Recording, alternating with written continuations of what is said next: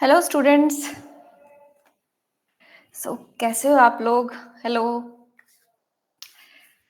आप लोगों ने जो मैंने लास्ट टास्क दिया था आप सबको, क्या वो अटेम्प्ट किया? बैकग्राउंड चेंजर अब तक तो हो गया होगा। और जो भी हमने लास्ट सेशंस में पढ़ा वो सारी चीजें भी आपने रिवाइज कर ली होंगी। आपके डैशबोर्ड्स पे आपको आपकी वीडियोस मिल गए होंगी। Have you done your task? आप मुझे मैसेज में पिंग कर सकते हो जिन्होंने टास्क पर कंप्लीट किया है। Yes, okay. मैं बैकग्राउंड चेंजर एप्लीकेशन गिटहब पे अपलोड करूंगी आज की क्लास के बाद। तो जिन्होंने भी नहीं बनाया है वो उस एप्लीकेशन को डाउनलोड कर सकते हो या फिर वहां से कोड देख देख सकते हो गिट पे, और देन उसे खुद से ट्राई करना। ओके। तो जो अगर आपको समझ नहीं आया, कोई डाउट होगा, तो वो डाउट उस एप्लीकेशन से क्लियर हो जाएगा। ओके, चलिए अब आगे आते हैं। लास्ट टाइम हमने क्या किया था? हमने यहाँ पे अपना यूज इफेक्ट पढ़ा था। यूज इफेक्ट हुक क्या करता है? क्या आप मुझे बताओगे यूज इफेक्ट का यूज हमने किस लिए किया था अपने एप्लीकेशन के अंदर?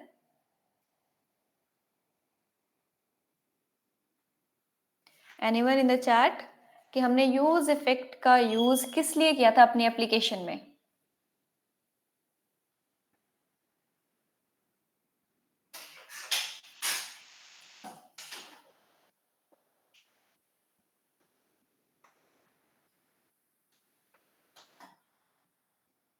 ओके, किसी ने भी जवाब नहीं दिया है तो मैं आपको बता देती हूँ। यूज इफेक्ट का यूज हमने अपने एप्लीकेशन में एपीआई को कॉल करने के लिए किया था, राइट? हमने अपनी एपीआई कॉल की और एपीआई के थ्रू हमने यहाँ पे अपना डेटा रेंडर कराया अपनी एप्लीकेशन के अंदर। फर्स्टली मैं अपनी एप्लीकेशन को रन कर लेती हूँ। चलिए, सीडी सेकेंड। कुछ मैंने मिस्टेक किया है। Can not find the path. First project, okay okay okay, sorry. हमारे प्रोजेक्ट का नाम है फर्स्ट अंडरस्कोर प्रोजेक्ट। इसे करते हैं run, npm run dev। Okay, मैंने स्पेलिंग मिस्टेक की, यू रिमूव कर देते हैं यहाँ से। npm रन dev, हमारी एप्लीकेशन हो गई है लाइव। फॉलो लिंक से यहाँ से रिमूव कर लेते हैं। ओके, हमारी एप्लीकेशन पे हमारा डेटा आ चुका है। हमारे एप्लीकेशन के ऊपर जितनी भी एपीआई से डेटा आ रहे थे वो सारा का सारा डेटा हमें यहाँ विजिबल हो रहा है। और हमारा सर्च बार ठीक से काम कर रहा है या नहीं, एक बार वो भी चेक कर लेते हैं। सपोज मैंने लिखा मस्कारा, इसे सर्च करते हैं और सर्च करने पे मुझे प्रोडक्ट मिल रहा है। ओके, सपोज मैं यहाँ पे आके सर्च कर रही हूँ रेड। ओके, सर्च करते हैं। ओके, तो हमारा सर्च बार परफेक्टली वर्क कर रहा है, हमारी एपीआई परफेक्टली वर्क कर रही है जो हमने यूज इफेक्ट के थ्रू कॉल की थी। ओके, अब आगे आते हैं। आज के सेशन में हम क्या पढ़ने वाले हैं? आज के सेशन में हम यहाँ पे राउट्स बनाना सीखेंगे। ओके, और साथ ही यूज इफेक्ट में हमने अभी सिर्फ इतना देखा है कि अपने यूज इफेक्ट में हम अपनी एपीआई को कॉल कर सकते हैं और साथ में एक खाली डिपेंडेंसी एरे प्रोवाइड करते हैं। और वो खाली डिपेंडेंसी एरे क्यों प्रोवाइड करते हैं वो हमने जान लिया था, लेकिन यहाँ पे और क्या क्या चीजें दे सकते हैं, इसमें ऐड कर सकते हैं, वो चीजें देखेंगे। तुम्हारा फर्स्ट टॉपिक होगा यूज इफेक्ट को कंप्लीट करना, एंड हमारा सेकंड होगा रिएक्ट राउटर डोम। हम यहाँ पे राउट्स बनाना सीखेंगे। राउट क्या होते हैं, ये रिएक्ट राउटर डोम क्या है, उसके थ्रू अपनी एप्लीकेशन में हम क्या कैसे अपने राउट्स बना सकते हैं। राउट्स का मतलब है यूआरएल। आप किसी भी एप्लीकेशन पे जाते हो तो ये जो टैब्स आपको नजर आ रहे हैं, सपोज मैं अबाउट पे क्लिक करूं मुझे एक नया पेज दिख जाए, कॉन्टेक्ट पे क्लिक करूं मुझे एक नया पेज दिख जाए, मुझे ये चाहिए। तो ये कैसे होगा रिएक्ट के अंदर, हम ये चीज यहाँ पे सीखेंगे। ओके, चलो पहले अपनी एप्लीकेशन में ना एक चीज यहाँ पे अपडेट करते हैं। ये आ रहा है रेस्टोरेंट लिस्ट, मुझे अब रेस्टोरेंट लिस्ट लिखा हुआ नहीं चाहिए, मुझे चाहिए यहाँ पे प्रोडक्ट लिस्ट लिखा हुआ। ओके, पहले से चेंज करते हैं। और ये आ कहाँ से रहा है पहले वो देख लो। ओके, सो यहाँ पे मैंने एक वैल्यू दी हुई है, इसको रखते हैं प्रोडक्ट लिस्ट। ठीक है, प्रोडक्ट लिस्ट हो गया ये, और हमारे सारे प्रोडक्ट भी नजर आ रहे हैं। इसको मैं हटा देती हूँ। अभी हमने इसके अंदर सीएसएस ऐड नहीं किए, आगे चल के हम टेलविंड यूज करने वाले हैं, तो अपने नेक्स्ट सेशंस में देखेंगे, हम टेलविंड सीखेंगे एंड देन इसे थोड़ा अच्छा बनाएंगे, सुंदर सा बनाएंगे। आई होप आप सबने अपने प्रोजेक्ट के अंदर सीएसएस यूज की होगी इसको अच्छा बनाने के लिए। ओके, अब आगे आते हैं। यहाँ पे हमने इतना सीख लिया था यूज इफेक्ट के बारे में कि यूज इफेक्ट दो पैरामीटर्स कंटेन करता है। First one is your call back function and second one is your dependency array. और वो दोनों चीजें हमने यहाँ पे यूज करके देख ली कि हम यहाँ पे कॉल बैक फंक्शन प्रोवाइड करेंगे और कॉल बैक फंक्शन में हमने क्या किया, एक फंक्शन कॉल कराया कि ये फंक्शन एपीआई को हिट करेगा, एपीआई को कॉल करेगा। एंड देन मैंने यहाँ पे आके एक डिपेंडेंसी एरे मतलब एक एम्प्टी एरे प्रोवाइड किया। लेकिन जब मैंने एम्प्टी एरे प्रोवाइड नहीं किया तो हुआ क्या था, हुआ ये था कि ये जो यूज इफेक्ट था मेरे स्टेट के हर बार चेंज होने पे कॉल हो रहा था। क्यों? क्योंकि जो स्टेट अपडेशन होती है वो मेरे होल कंपोनेंट को बार बार रेंडर कराती है। तो री रेंडरिंग होने के कारण मेरा यूज इफेक्ट भी बार बार कॉल हो रहा था और मैं नहीं चाहती कि मेरी एपीआई हर बार कॉल हो जब भी कोई भी स्टेट मेरी एप्लीकेशन में या मेरे कंपोनेंट में कोई भी स्टेट अपडेट हो। तो उसके लिए मैंने प्रोवाइड किया यहाँ पे से एक एम्प्टी एरे।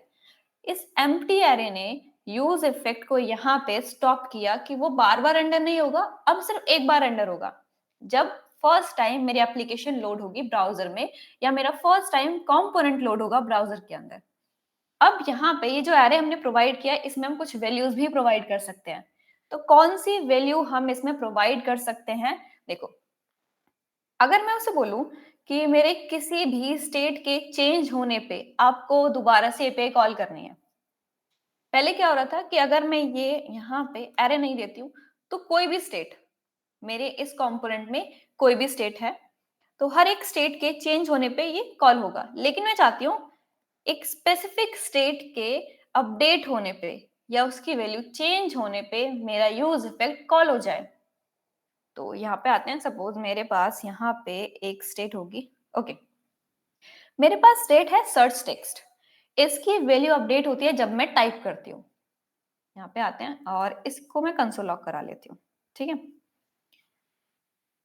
मैंने यहाँ रेंडर लिखा हुआ है, एक बार मैं कंसोल लॉग कराती हूँ। यहाँ पे कंसोल डॉट लॉग और यहाँ मेंशन कर लेते हैं हमारी स्टेट और साथ में यहाँ लिखते हैं सर्च टेक्स्ट।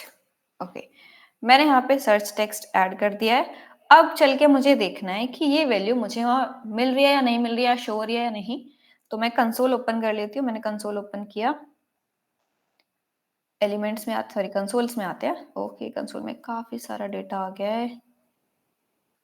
ये हमने कंसोल किया हुआ है कार्ड में। एक बार मैं इसे रिमूव कर लेती हूँ ताकि हमारा कंसोल क्लियर रहे। ओके, पब्लिक को रिमूव करो, सोर्स में आते हैं,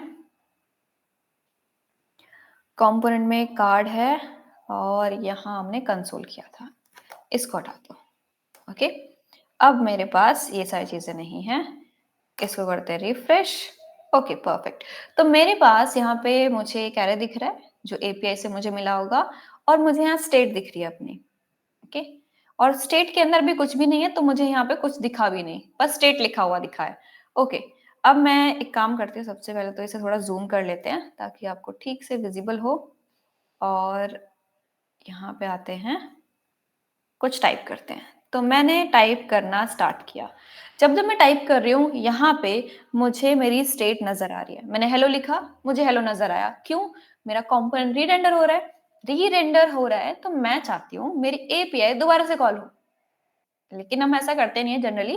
लेकिन मुझे आपको सिखाना है कि आप किसी भी पर्टिकुलर स्टेट के अपडेट होने पे अपनी एपीआई को दोबारा कॉल करा सकते हो।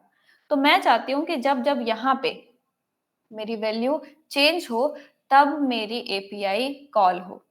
ओके, तो एक काम करते हैं, यहाँ पे आते हैं अपने बॉडी सेक्शन में और यहाँ पे आके मैं उसे बोल देती हूँ सर्च टेक्स्ट के चेंज होने पे आपको कॉल एपीआई फंक्शन कॉल करना है। ठीक है, कॉल एपीआई फंक्शन कॉल होगा, कब कॉल होगा? जब यूज इफेक्ट कॉल होगा, क्योंकि सर्च टेक्स्ट के चेंज होने पे यूज इफेक्ट कॉल होने वाला है। तो यहाँ पे यूज इफेक्ट कॉल हो रहा है या नहीं, मैं उसके लिए यहाँ पे एक मैसेज देना चाहूंगी, कंसोल डॉट लॉग, मुझे पता चले कि यूज इफेक्ट कॉल हुआ है या नहीं हुआ। तो एक मैसेज दे देती हूँ मैं यहाँ पे, यूज इफेक्ट कॉल्ड। ठीक है, और मुझे अब इसकी नीड नहीं है, मैं इसको हटा देती हूँ। बस मुझे दिखाना था कि वैल्यू चेंज हो रही है या नहीं। इसकी भी नीड नहीं है, इसको भी हटा देते हैं।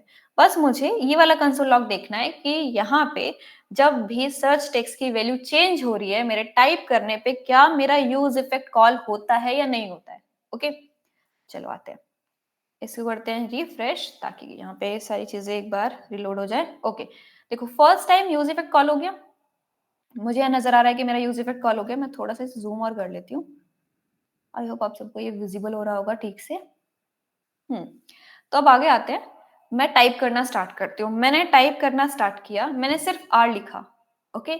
मैंने यहाँ पे आर लिखा और मुझे यूज़ इफेक्ट कॉल वाली वैल्यू जो मैंने कंसोल लॉग किया था, वो मुझे दोबारा से मिली। ओके, अगेन मैं एक और लेटर टाइप करती हूँ। मैंने ये लिखा, दोबारा से यूज़ इफेक्ट कॉल हो गया। मैंने यहाँ डी लिखा, दोबारा से यूज़ इफेक्ट कॉल हो गया। ओके, ये तो हो गया कि मैं जब भी टाइप करूँगी, सर्च टेक्स्ट की वैल्यू अपडेट होगी और सर्च टेक्स्ट यहाँ पे मेरे यूज़ इफेक्ट को कॉल करेगा। ओके, इसके चेंज होने पे ये कॉल हो रहा है, ये तो पता चल गया।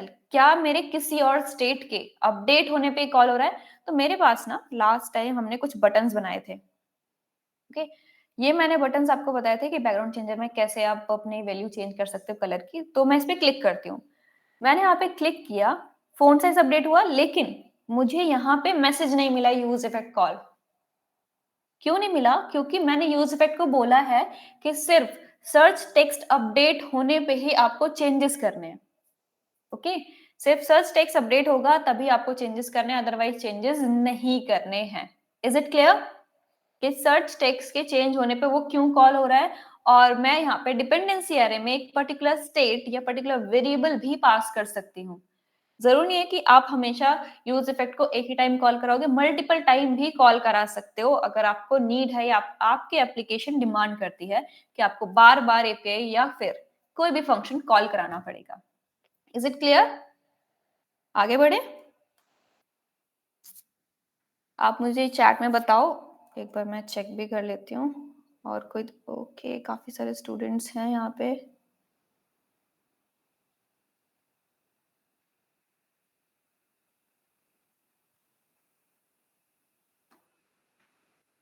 ओके, और तो कोई स्टूडेंट नहीं है?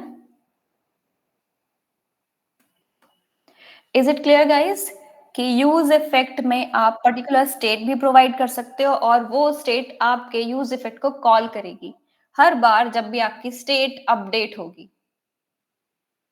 Is it clear? आप चैट में बताओ मुझे, देन हम आगे मूव करते हैं।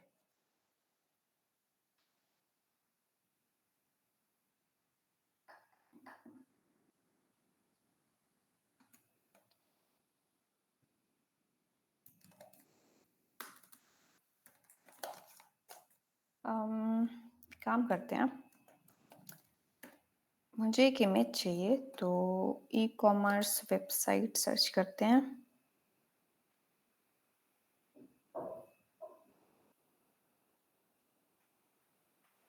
मुझे लग रहा है अब सबको क्लियर हो गया है। ओके, तो नेक्स्ट हमें क्या करना है? नेक्स्ट यहाँ पे हमें ये सीखना है कि मैं किसी भी इमेज को कैसे ऐड कर सकती हूँ अपने प्रोजेक्ट के अंदर। अगर मेरी इमेज लोकली मेरे प्रोजेक्ट में प्रेज़ेंट है, अभी तक जितनी इमेज हमारे प्रोजेक्ट में दिख रही हैं, वो इमेज हम एपीआई से लेके आए हैं या फिर हम गूगल से लेके आए हैं, सीधा लिंक। लेकिन अगर मेरी इमेज डाउनलोडेड है मेरे प्रोजेक्ट के अंदर, तो मैं उसे कैसे ऐड करूँगी? तो मैं यहाँ से एक इमेज ले रही हूँ, किसी भी एक ई-कॉमर्स से काम करते हैं, लोगो लेते हैं, ओके? एक लोगो लगाएँगे अपने ऐप के पास, ऐप के ऊपर। तो यहाँ पे आते हैं ई-कॉमर्स, शॉप क्लूज़, ई-शॉपिंग। चलिए, अब हमने कुछ ब्लू कलर यूज़ किया हुआ है तो उसी टाइप में ले लेते हैं। फर्स्ट वन फर्स्ट वन तो नहीं लेते हैं, इस पे आते हैं, ठीक है? इसको करते हैं डाउनलोड। मुझे करना है डाउनलोड तो मैं यहाँ पे सेव इमेज कर लेती हूँ। इसका नाम हम रखेंगे लोगो, सिर्फ लोगो रख लेते हैं, चलिए सेव करते हैं। मेरी इमेज हो गई डाउनलोड। अब इस इमेज को आपको क्या करना है, अपने फ़ोल्डर में लेके आना है। लेकिन किस फ़ोल्डर में? हमारे पास तो मल्टीपल फ़ोल्डर है अपने ऐप के अंदर। तो हम क्या करेंगे, हम यहाँ पे आएँगे और जब भी आप अपनी इमेजेस प्लेस करोगे, तो आपको यहाँ पे 2 प्लेसेस मिलेंगी आपकी इमेजेस को ऐड करने के लिए, इमेजेस स्टोर करने के लिए। सोर्स के अंदर ये जो एसेट फ़ोल्डर है ना, इसके अंदर आप अपनी इमेजेस ऐड कर सकते हो, अपने मीडियाज़ ऐड कर सकते हो। तो मैं यहाँ पे आपके एक फ़ोल्डर बनाती हूँ, जिसका नाम मैंने रखा है इमेजेस। इमेजेस, इसके अंदर मैं अपनी इमेज ला के ऐड कर देती हूँ। तो चलिए आते हैं, ये हमारी इमेज है।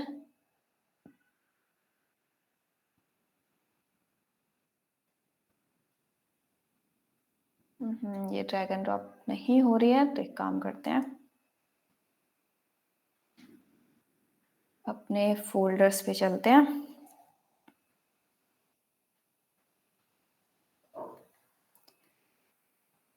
तो मुझे डाउनलोड्स में जाना है और डाउनलोड्स में मुझे इसे कट करके लेके आना है या कॉपी कर लो, कैसे भी, ओके। मैंने इसे कॉपी किया और अपने डेस्कटॉप पे मेरा फ़ोल्डर है रिएक्ट लाइव सेशन, उसमें आके फर्स्ट प्रोजेक्ट के अंदर सोर्स में एसेट्स एंड एसेट्स में अभी मैंने यहाँ पे इमेजेस नाम का फ़ोल्डर क्रिएट किया है, उसमें लाके मैं इसे पेस्ट कर दूँगी। तो मेरे पास इमेजेस फ़ोल्डर में अब मेरी इमेज प्रेज़ेंट है। अब ये इमेज मैं अपने प्रोजेक्ट में कैसे ऐड करूँगी? तो जो हमारा प्रोजेक्ट है, उसमें देखो हमारे पास यहाँ पे लोगो में लिखा हुआ है माय फूड ऐप। अब तो ये फूड ऐप नहीं रही, पहले हम फूड वाली इमेजेस यूज़ कर रहे थे। अब हम यहाँ पे ई-कॉमर्स की बात कर रहे हैं, चलिए ई-कॉमर्स का लोगो लगाते हैं। तो मैं आऊँगी अपने हेडर के अंदर, यहाँ पे हमारे पास हेडर होगा, ये हमारा हेडर और इसमें यहाँ पे हमने लोगो दिया हुआ है, मुझे लगानी है इमेज। इमेज के लिए IMG tag, okay. IMG tag हम जनरली यूज़ करते हैं, तो वही यूज़ करने वाले हैं। अब मुझे एक काम करना है, आप इमेजेस को यहाँ पे जैसे नॉर्मल एचटीएमएल फाइल में यूज़ करते हो ना, वैसे नहीं लगाओगे। आपको सिंपली क्या करना है यहाँ पे, इसे इम्पोर्ट करना है। हम हर एक चीज़ को इम्पोर्ट करके लेके आएँगे। तो मैं यहाँ पे लिखती हूँ इम्पोर्ट। अब एक नाम देना है आपको, तो मैंने दिया लोगो फ्रॉम। यहाँ पे आपको देना है फाइल का नेम, तो मैं हूँ कंपोनेंट फ़ोल्डर में। इसके बाहर जाना है मुझे एसेट्स में देन इमेजेस में, तो मैंने दिया डॉट डॉट स्लैश कंपोनेंट्स में, सॉरी कंपोनेंट्स नहीं, एसेट्स में जाना था। एसेट्स, एसेट्स के अंदर इमेजेस, इमेजेस के अंदर मेरे पास यहाँ पे एक इमेज है जिसका नाम, मैंने इमेज का नाम नहीं देखा, लोगो डॉट जेपीजी। तो इमेज का नाम लिख दो, डॉट जेपीजी। अब क्या होगा, ये जो इमेज है उसके लिए मैंने एक नाम क्रिएट किया है लोगो नाम से। अब ये लोगो नाम मैं कहीं पे भी फाइल में यूज कर सकती हूँ। इस फाइल में मैंने इंपोर्ट किया है, इस फाइल में आके एसआरसी में मैं कर्ली ब्रेसेस के अंदर ये नाम यूज करूंगी। मैंने ये नाम यूज कर लिया और ऑल्ट में मैं लोगो ही लिख देती हूँ। अब मुझे देखना है जाके क्या ये इमेज मुझे अपने नेविगेशन बार में विजिबल हो रही है या नहीं हो रही है। तो आते हैं यहाँ पे, तो हमें ये इमेज तो विजिबल हो गई, लेकिन इमेज काफी बड़ी है, इमेज को करते हैं थोड़ा छोटा, ओके। इमेज विजिबल है, तो एक काम करते हैं, इसका साइज देख लेते हैं हम यहाँ पे कितना रखें। तो मैंने इसकी हाइट दी यहाँ पे 50 पिक्सल, ये तो ज्यादा ही छोटा हो गया, थोड़ा सा इंक्रीज करते हैं 80 पिक्सल। हमारे नेविगेशन बार की हाइट है, तो उससे थोड़ा छोटा ही रखेंगे, 70 रख लेते हैं, ठीक है। तो हाइट यहाँ पे मैंने 70 पिक्सल रख ली है, इतना ही ठीक है। तो यहाँ पे भी आके हम इसे 70 पिक्सल हाइट दे देते हैं। तो स्टाइल कर्ली ब्रेसेस और हाइट मेंशन कर दो। तो यहाँ मेंशन कर दिया मैंने 70 पिक्सल, परफेक्ट। तो हमारी इमेज ऐड हो गई। तो जब भी आपको कोई इमेज अपने फोल्डर में लाके रखनी है और उस तरीके से लगानी है कि मैं फोल्डर में लोकली अपनी इमेज प्रेजेंट करके रखूंगी, तो आपको हमेशा यहाँ पे इंपोर्ट करना है। अब ये ध्यान देना, मैंने इंपोर्ट करने के बाद ये लोगो ही क्यों रखा, ये मैंने अपनी तरफ से नाम दिया। आप यहाँ पे कोई भी नाम दे सकते हो, आपको एबीसी देना है, एक्स वाई जेड देना है, आप कोई भी नाम दे सकते हो, लेकिन हम ऐसा नाम सोचते हैं थोड़ा मीनिंगफुल कि वो इमेज किस काम के लिए यूज हो रही है। ये लोगो था मेरा, तो मैंने लोगो ही नाम रख दिया और उसके बाद मैंने यहाँ पे उसे बता दिया कि मैं किस फोल्डर से इस इमेज को लाना चाहती हूँ और मेरी इमेज का नेम भी आपको यहाँ देना पड़ेगा। लोगो डॉट जेपीजी, ये मेरी इमेज थी, तो मैंने एज इट इज इमेज का नेम भी प्रोवाइड कर दिया, तभी मैं इसको आगे यूज कर पा रही हूँ। आप अपनी इमेजेस को सोर्स में रख सकते हो या फिर पब्लिक में भी रख सकते हो, ओके। तो आप दोनों में से किसी में भी आप अपनी इमेज रखो, इस तरीके से इंपोर्ट करो एंड देन यूज करो, सिंपल।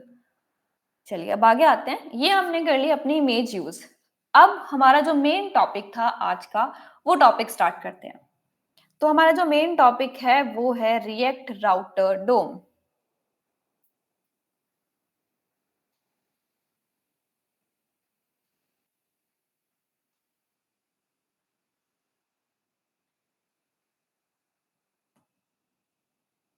ओके,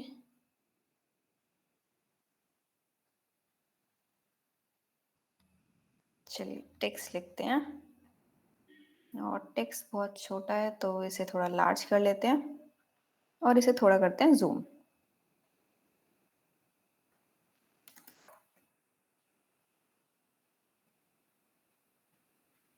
इसे एक्सेल में कर लेते हैं।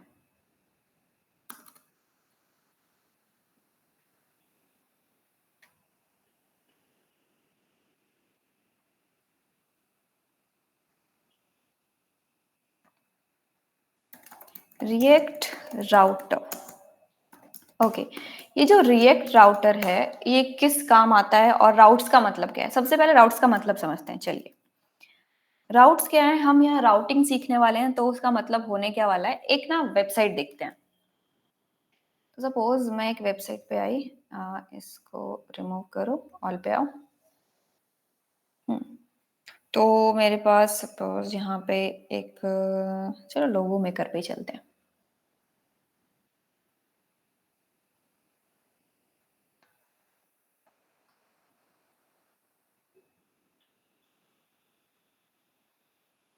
ओके, जैसे ये वेबसाइट है, ओके, नॉर्मल वेबसाइट है हमारी। तो यहाँ पे हम आए, यहाँ पे काफी सारे टैब्स हैं। ओके, मैं अगर इस पे क्लिक करूँ तो मैं यहाँ पे एक दूसरे पेज पे पहुंच जाऊंगी। मेरा पेज आया, मैं यहाँ पे इस पे टैब क्लिक करूँ तो मैं एक दूसरे पेज पे आ गई। मैं यहाँ पे क्लिक करूँ तो मैं एक दूसरे पेज पे आ गई। तो जब भी मैं क्लिक कर रही हूँ तो मैं एक दूसरे पेज पे यहाँ पे मूव कर रही हूँ, या मुझे नेविगेट किया जा रहा है, या फिर बोल सकते हो मुझे रीडायरेक्ट किया जा रहा है। अब साथ साथ एक चीज और देखना, यहाँ का जो आपका राउट है, ओके, मैं इसे जूम नहीं कर सकती, आपको यहाँ थोड़ा ध्यान देना पड़ेगा कि यहाँ पे logo.com ये वेबसाइट की डोमेन थी जो एज इट इज है। आई होप आप सबको डोमेन पता होगा। नेक्स्ट यहाँ पे है हाउ इट वर्क्स, ये एक यूआरएल है इसका। नेक्स्ट जब मैं किसी और पे जा रही हूँ, सपोज मैं आई बिजनेस नेम जनरेटर पे, मैंने इस पे क्लिक किया, तो वेबसाइट के डोमेन के बाद यहाँ का जो यूआरएल है वो चेंज हो गया। अब यहाँ पे आया बिजनेस नेम जनरेटर। ऐसे ही मैं सपोज साइन इन पे गई, मैंने साइन पे क्लिक किया और यहाँ पे आया स्लैश लॉगिन। तो मैं यहाँ पे डिफरेंट डिफरेंट टैब्स पे क्लिक करके डिफरेंट डिफरेंट पेजेस पे जा रही हूँ। तो यही चीज मुझे अपनी एप्लीकेशन में चाहिए। तो इस चीज को अटेम्प्ट करने के लिए, या इस चीज को अचीव करने के लिए मुझे यहाँ पे एक लाइब्रेरी या फिर एक पैकेज की नीड है, और उस पैकेज का नाम है रिएक्ट राउटर डोम। तो हम यहाँ पे ओपन करते हैं रिएक्ट राउटर को। रिएक्ट राउटर के ऑफिशियल डॉक्यूमेंटेशन में ओपन कर रही हूँ। ओके, इसके डॉक्स में चलते हैं। देखिए रिएक्ट राउटर का अब ना एक वर्जन आ गया है, लेटेस्ट वर्जन है 7, हम वही सीख रहे हैं। ओके, तो अब यहाँ पे डॉक्स में आते हैं और देखते हैं डॉक्स में क्या क्या चीजें दी गई हैं। तो यहाँ पे इसे बताया, रिएक्ट राउटर को आप as a library and as a framework कैसे भी यूज कर सकते हो, लेकिन हम अपनी एप्लीकेशन में इसे एज अ लाइब्रेरी यूज करेंगे। ओके, रिएक्ट भी एक लाइब्रेरी है और रिएक्ट राउटर भी एक लाइब्रेरी है जो मुझे यहाँ पे यूआरएल बनाने में हेल्प करने वाला है। ओके, तो हम इसे यूज करने वाले हैं, देखेंगे क्या क्या चीजें हैं। तो सबसे पहले यहाँ पे देखो, मैंने आपको बोला कि राउट्स क्या होते हैं। राउट्स, हम यूआरएल्स को, या फिर यूआरएल की जगह आप बोलते हो पाथ, इनको हम क्या बोलते हैं? राउट्स बोलते हैं। ये जो यूआरएल है, सपोज हमारी जो वेबसाइट है जो हम अपनी एप्लीकेशन बना रहे हैं वो है https://localhost 5173, ये है। अब इसके बाद मैं जाना चाहती हूँ अबाउट पेज पे। तो जब इसके बाद स्लैश अबाउट लिखा जाए तो मैं अबाउट पेज पे आ जाऊं। नेक्स्ट, अगर मैं यहाँ पे स्लैश ब्लॉग लिखूं तो मैं ब्लॉग पेज पे आ जाऊं, या फिर इसके बाद मैं स्लैश साइन अप लिखूं तो मैं इसके साइन अप पेज पे आ जाऊं। मुझे भी ऐसे लिंक्स या फिर ऐसे राउट्स क्रिएट करने हैं। तो इन यूआरएल्स को हम राउट्स बोलते हैं रिएक्ट में। इन्हें हम बोलेंगे राउट्स, कि हमें राउट क्रिएट करने हैं, हमें लिंक्स क्रिएट करने हैं। नॉर्मली जब हम एचटीएमएल सीएसएस पढ़ते थे तो हम क्या करते थे, सिंपली अपनी फाइल को लिया और अपनी फाइल को कर दिया लिंक, कि मैं इस फाइल पे पहुंचने चाहिए हूँ जब भी मैं क्लिक करूंगी। तो मैंने क्लिक किया और मेरी फाइल ओपन हो गई। मैंने अपनी फाइल को जनरली एंकर टैग का यूज करके इस तरीके से इसके अंदर href दिया और यहाँ पे मेंशन कर दिया डॉट स्लैश, और अपनी HTML फाइल का नेम, सॉरी डॉट HTML आएगा यहाँ पे इस तरीके से। मैंने डॉट HTML लिखा तो मेरी about dot HTML file open हो जाएगी, लेकिन मेरे पास रिएक्ट में तो HTML फाइल है ही नहीं। मेरे पास क्या है, जावास्क्रिप्ट फाइल, जो कि मेरे फंक्शंस को कंटेन करती है और मेरे JSX को कंटेन करती है, और वही चीज मुझे ब्राउजर पे दिखती है। तो मुझे यहाँ पे यही काम करना है, और जैसे हम एंकर टैग के थ्रू अपनी चीजों को लिंक करते थे, वैसे यहाँ पे भी करने वाले हैं। एंकर टैग्स का यूज करेंगे, देखेंगे एंकर टैग क्यों नहीं यूज करने चाहिए, और यहाँ पे रिएक्ट राउटर हमें क्या प्रोवाइड करता है लिंक्स क्रिएट करने के लिए। तो चलिए स्टार्ट करते हैं कि राउट्स कैसे बनाए जाएंगे। तो सबसे पहला हमारा काम होगा ये जो रिएक्ट राउटर लाइब्रेरी है इसे इंस्टॉल करना। ओके, ये जो रिएक्ट राउटर लाइब्रेरी है, तो सबसे पहले इन्होंने बता रखा है कि हमारे पास 3 वेज हैं, 3 मोड्स हैं इसके, डिक्लेरेटिव, डेटा एंड फ्रेमवर्क। अब इसे इंस्टॉल कैसे करना है मुझे वो देखना है। देखो इसका पहला वर्जन था 6। ओके, अभी यहाँ पे आते हैं गेटिंग स्टार्टेड में, मैंने इसे क्लिक किया। तो इन्होंने काफी सारी चीजें यहाँ पे दी हुई हैं कि आप इनमें से कोई भी एक मोड, जो मैंने बोला डिक्लेरेटिव मोड, इससे क्लिक करके हम किसी भी पेज पे नहीं पहुंचे, हमारे मोड सीधे रखे हैं, पिकिंग अ मोड करके इन्होंने डिक्लेरेटिव, हम ये यूज करने वाले हैं। ओके, जैसे इन्होंने बोला है वैसे ही चीजें क्रिएट करने करेंगे इस तरीके से। हमें देखना है इंस्टॉलेशन कैसे करते हैं, तो इंस्टॉलेशन पे आते हैं यहाँ पे। ओके, तो इन्होंने बोला अपनी एप्लीकेशन क्रिएट करो, हमारी एप्लीकेशन बनी हुई है। नेक्स्ट, अपनी एप्लीकेशन को कर दो रन। उसके बाद क्या करना है कि आप यहाँ पे इसको इंस्टॉल करो। इन्होंने इंस्टॉलेशन के लिए यहाँ पे अलग से नहीं बताया। चलो डिक्लेरेटिव मोड का इंस्टॉलेशन मैं आपको दिखा देती हूँ। तो इस तरीके से मुझे इंस्टॉल करना है। यहाँ पे इन्होंने बोला कि आपको रिएक्ट राउटर इंस्टॉल करना है with the help of npm। npm का यूज करके हम कोई भी पैकेज इंस्टॉल कर रहे हैं, तो यहाँ पे भी हम इसका यूज करके इसे इंस्टॉल करेंगे। ओके, तो इन्होंने यहाँ पे कुछ चीजें दी हैं कि जब भी आप V7 मतलब वर्जन 7 यूज करते हो रिएक्ट राउटर का, तो आपके पास नोड का वर्जन होना चाहिए 20, और रिएक्ट का मिनिमम वर्जन होना चाहिए 18, और रिएक्ट डोम का भी 18। और हमने जो रिएक्ट इंस्टॉल किया है उसका वर्जन है 19। रिएक्ट और रिएक्ट डोम का वर्जन 19 है। ओके, और नोड का 20 है। अब आगे आते हैं, इसे इंस्टॉल करते हैं। तो मैं इसे कर लेती हूँ कॉपी, जस्ट कॉपी करना है। ध्यान रखना कि वेबसाइट के डॉक्स में यहाँ पे डिक्लेरेटिव मोड में आपको इंस्टॉलेशन पे जाना है, आपको ये कमांड मिल जाएगी। या फिर आप एक काम कर सकते हो, जब भी आपको कोई भी पैकेज इंस्टॉल करने के लिए कमांड देखनी है, आप सिंपली npm की वेबसाइट पे जाओ, पैकेज का नाम दो। सपोज मुझे रिएक्ट राउटर इंस्टॉल करना है, तो मैंने लिखा रिएक्ट राउटर, सिंपल, और एंटर हिट कर दिया। तो ये जो वेबसाइट है मुझे पैकेज के बारे में इंफॉर्मेशन भी प्रोवाइड करेगी, और साथ में मुझे ये भी बताएगी कि ये जो पैकेज है कैसे इंस्टॉल हो सकता है। तो यहाँ पे इन्होंने बताया हुआ है कि आप रिएक्ट राउटर डोम लिख सकते हो।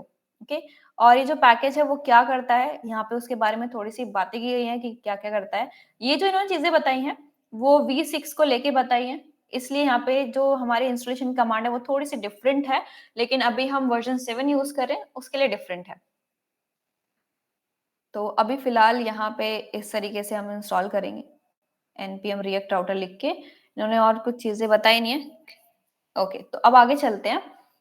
आप इस वेबसाइट का यूज करना जब भी आपको कोई भी इंस्टॉलेशन कमांड देखनी है किसी भी पैकेज की। जैसे मैंने बोला npm लिखो, पैकेज का नाम लिखो, आप इस पेज पे आ जाओगे, पैकेज के बारे में इंफॉर्मेशन होगी। आप गिटहब पे जाके यहाँ पे पढ़ सकते हो कि इस पैकेज के बारे में जो भी चीजें हैं, एंड देन इसकी डॉक्यूमेंटेशन भी पढ़ सकते हो, और साथ में इंस्टॉलेशन कमांड भी आपको यहाँ मिल जाएगी। तो मैंने इंस्टॉलेशन कमांड कॉपी कर लिया है। सबसे पहले अपने प्रोजेक्ट में आके इंस्टॉल करते हैं। मैं अपने प्रोजेक्ट को टर्मिनेट कर देती हूँ। मैंने अपने प्रोजेक्ट कर दिया टर्मिनेट। मैंने यहाँ पे आके अपनी कमांड एंटर की npm react router and enter किया। अब ये इंस्टॉल हो जाएगी हमारी कमांड। इससे क्या होगा, हमारा एक पैकेज इंस्टॉल होगा जिसका नाम है react router वर्जन 7। ओके, तो 7 वर्जन हो जाएगा इंस्टॉल। ओके, इंस्टॉल हो चुका है। अब मुझे देखना है, तो देखने के लिए हम कौन से फाइल में जाते हैं, हम जाते हैं अपनी package.json फाइल में। तो चलिए आते हैं package.json फाइल में, चेकआउट करते हैं। तो हमारे पास यहाँ पे मैं फर्स्ट प्रोजेक्ट को ही देख रही हूँ ना। ओके, मैं किसी और प्रोजेक्ट की पैकेज फाइल को देख रही थी। तो हम यहाँ पे आते हैं package.json फाइल, यहाँ पे आओ।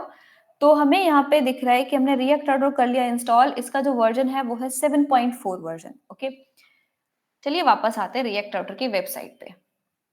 देखो यहाँ पे वर्जन्स दे रखे हैं कि आप 7.4 यूज़ कर सकते हो या फिर दूसरे वर्जन 6 पे जाना चाहते हो, 6 भी यूज़ कर सकते हो। इंस्टॉलेशन कमांड आपको मिल जाएगी, आप उसे इंस्टॉल कर सकते हो, ओके? हम करें लेटेस्ट। तो अब आगे आते हैं। आगे चल के हमें ये देखना है कि हम इसके अंदर राउट्स बना कैसे सकते हैं। ये जो लिंक्स हमने यहाँ पे देखे कि ये लिंक जाते हैं, हम किसी भी टैब पे क्लिक करते हैं तो एक नया पेज ओपन होता है। और एक चीज़ और आपने ध्यान दी, मैं यहाँ पे हमारे पास कोई टैब, चलो यहाँ पे आते हैं, रिएक्ट की वेबसाइट पे आते हैं, react.dev। ओके, रिएक्ट की वेबसाइट लोड हुई, पहले मुझे यहाँ लोडर दिख रहा था। अब मैं रिएक्ट पे किसी भी लिंक पे क्लिक करती हूँ। मैंने क्लिक किया लर्न पे। जैसे मैंने लर्न पे क्लिक किया, ये जो वेबसाइट है दोबारा से रिलोड नहीं हुई, दोबारा से रिलोड नहीं हुई। यहाँ पे मैं किसी और पे क्लिक करती हूँ। अगेन रिलोड नहीं हुई मेरी वेबसाइट। मैं इस पे क्लिक करती हूँ। अगेन वेबसाइट लोड नहीं हुई। मेरा ये जो फर्स्ट कंपोनेंट है हेडर पार्ट, ये जो नेविगेशन बार है वो एज इट इज है, और उसके नीचे का जो कंपोनेंट है ये 3 पार्ट्स, ये साइड बार है, यहाँ पे बीच में मेरा सेक्शन है एंड देन उसके बाद राइट बार है हमारा। ये तीनों कंपोनेंट्स चेंज हो रहे हैं जब भी मैं यहाँ पे आके किसी भी टैब पे क्लिक कर रही हूँ। लेकिन मेरी एप्लीकेशन रिलोड नहीं हो रही है। क्यों? क्योंकि रिएक्ट पे बनी है। रिएक्ट हमें एक फीचर प्रोवाइड करता है कि हम यहाँ पे एक सिंगल पेज एप्लीकेशन डेवलप कर सकते हैं। सिंगल पेज एप्लीकेशन का मतलब ये नहीं है कि हम एक सिंगल पेज ही बना रहे हैं। हम यहाँ पे HTML का सिंगल पेज यूज कर रहे हैं। हमारे पास पूरे प्रोजेक्ट में, देखो हमारे पास इस पूरे प्रोजेक्ट के अंदर सिर्फ एक ही HTML फाइल है और बाकी सारी की सारी JS फाइल है जिन्हें हम कंपोनेंट्स बोल रहे हैं, और वो कंपोनेंट्स हम लोड कर रहे हैं। हमारे कंपोनेंट्स लोड होंगे यहाँ पे, हमारा पेज चेंज नहीं होगा। रिएक्ट एप्लीकेशन जब स्टार्टिंग में लोड होती है बस तभी टाइम लेती है लोड होने के लिए। उसके बाद जब भी हम नैव लिंक्स पे सॉरी जब भी हम लिंक्स पे जाते हैं, राउट्स पे जाते हैं उस वेबसाइट के अंदर, तो हमारी एप्लीकेशन दोबारा से रिलोड नहीं होती है। यहाँ पे सिर्फ हमारे कंपोनेंट चेंज हो रहे होते हैं, हमारे कंपोनेंट्स का डेटा रेंडर हो रहा होता है। ओके, तो इस चीज को बोलते हैं सिंगल पेज एप्लीकेशन। तो ये जो हमारी रिएक्ट की वेबसाइट है, ये भी सिंगल पेज एप्लीकेशन है। यहाँ पे लिंक्स चेंज करने पे, पाथ चेंज करने पे मेरी होल एप्लीकेशन या मेरी होल वेबसाइट दोबारा से रिलोड नहीं हो रही है। ओके, कोई और वेबसाइट लेते हैं जो रिलोड होती हो। ओके, चलो आते हैं यहाँ पे, सपोज मैं अमेजोन वेबसाइट एक बार चेक कर लेती हूँ। ओके, इस पे चलते हैं। हम्म, तो अभी फिलहाल तो ये खुद ही लोड हो रही है, थोड़ा टाइम लगेगा। ओके, हम एक काम करते हैं, किसी और लिंक पे चलते हैं इसके। तो हमारे पास ये मल्टीपल टैब्स हैं, ठीक है। यहाँ पे आप ध्यान देना कि ये दोबारा से लोड होती है या नहीं होती है।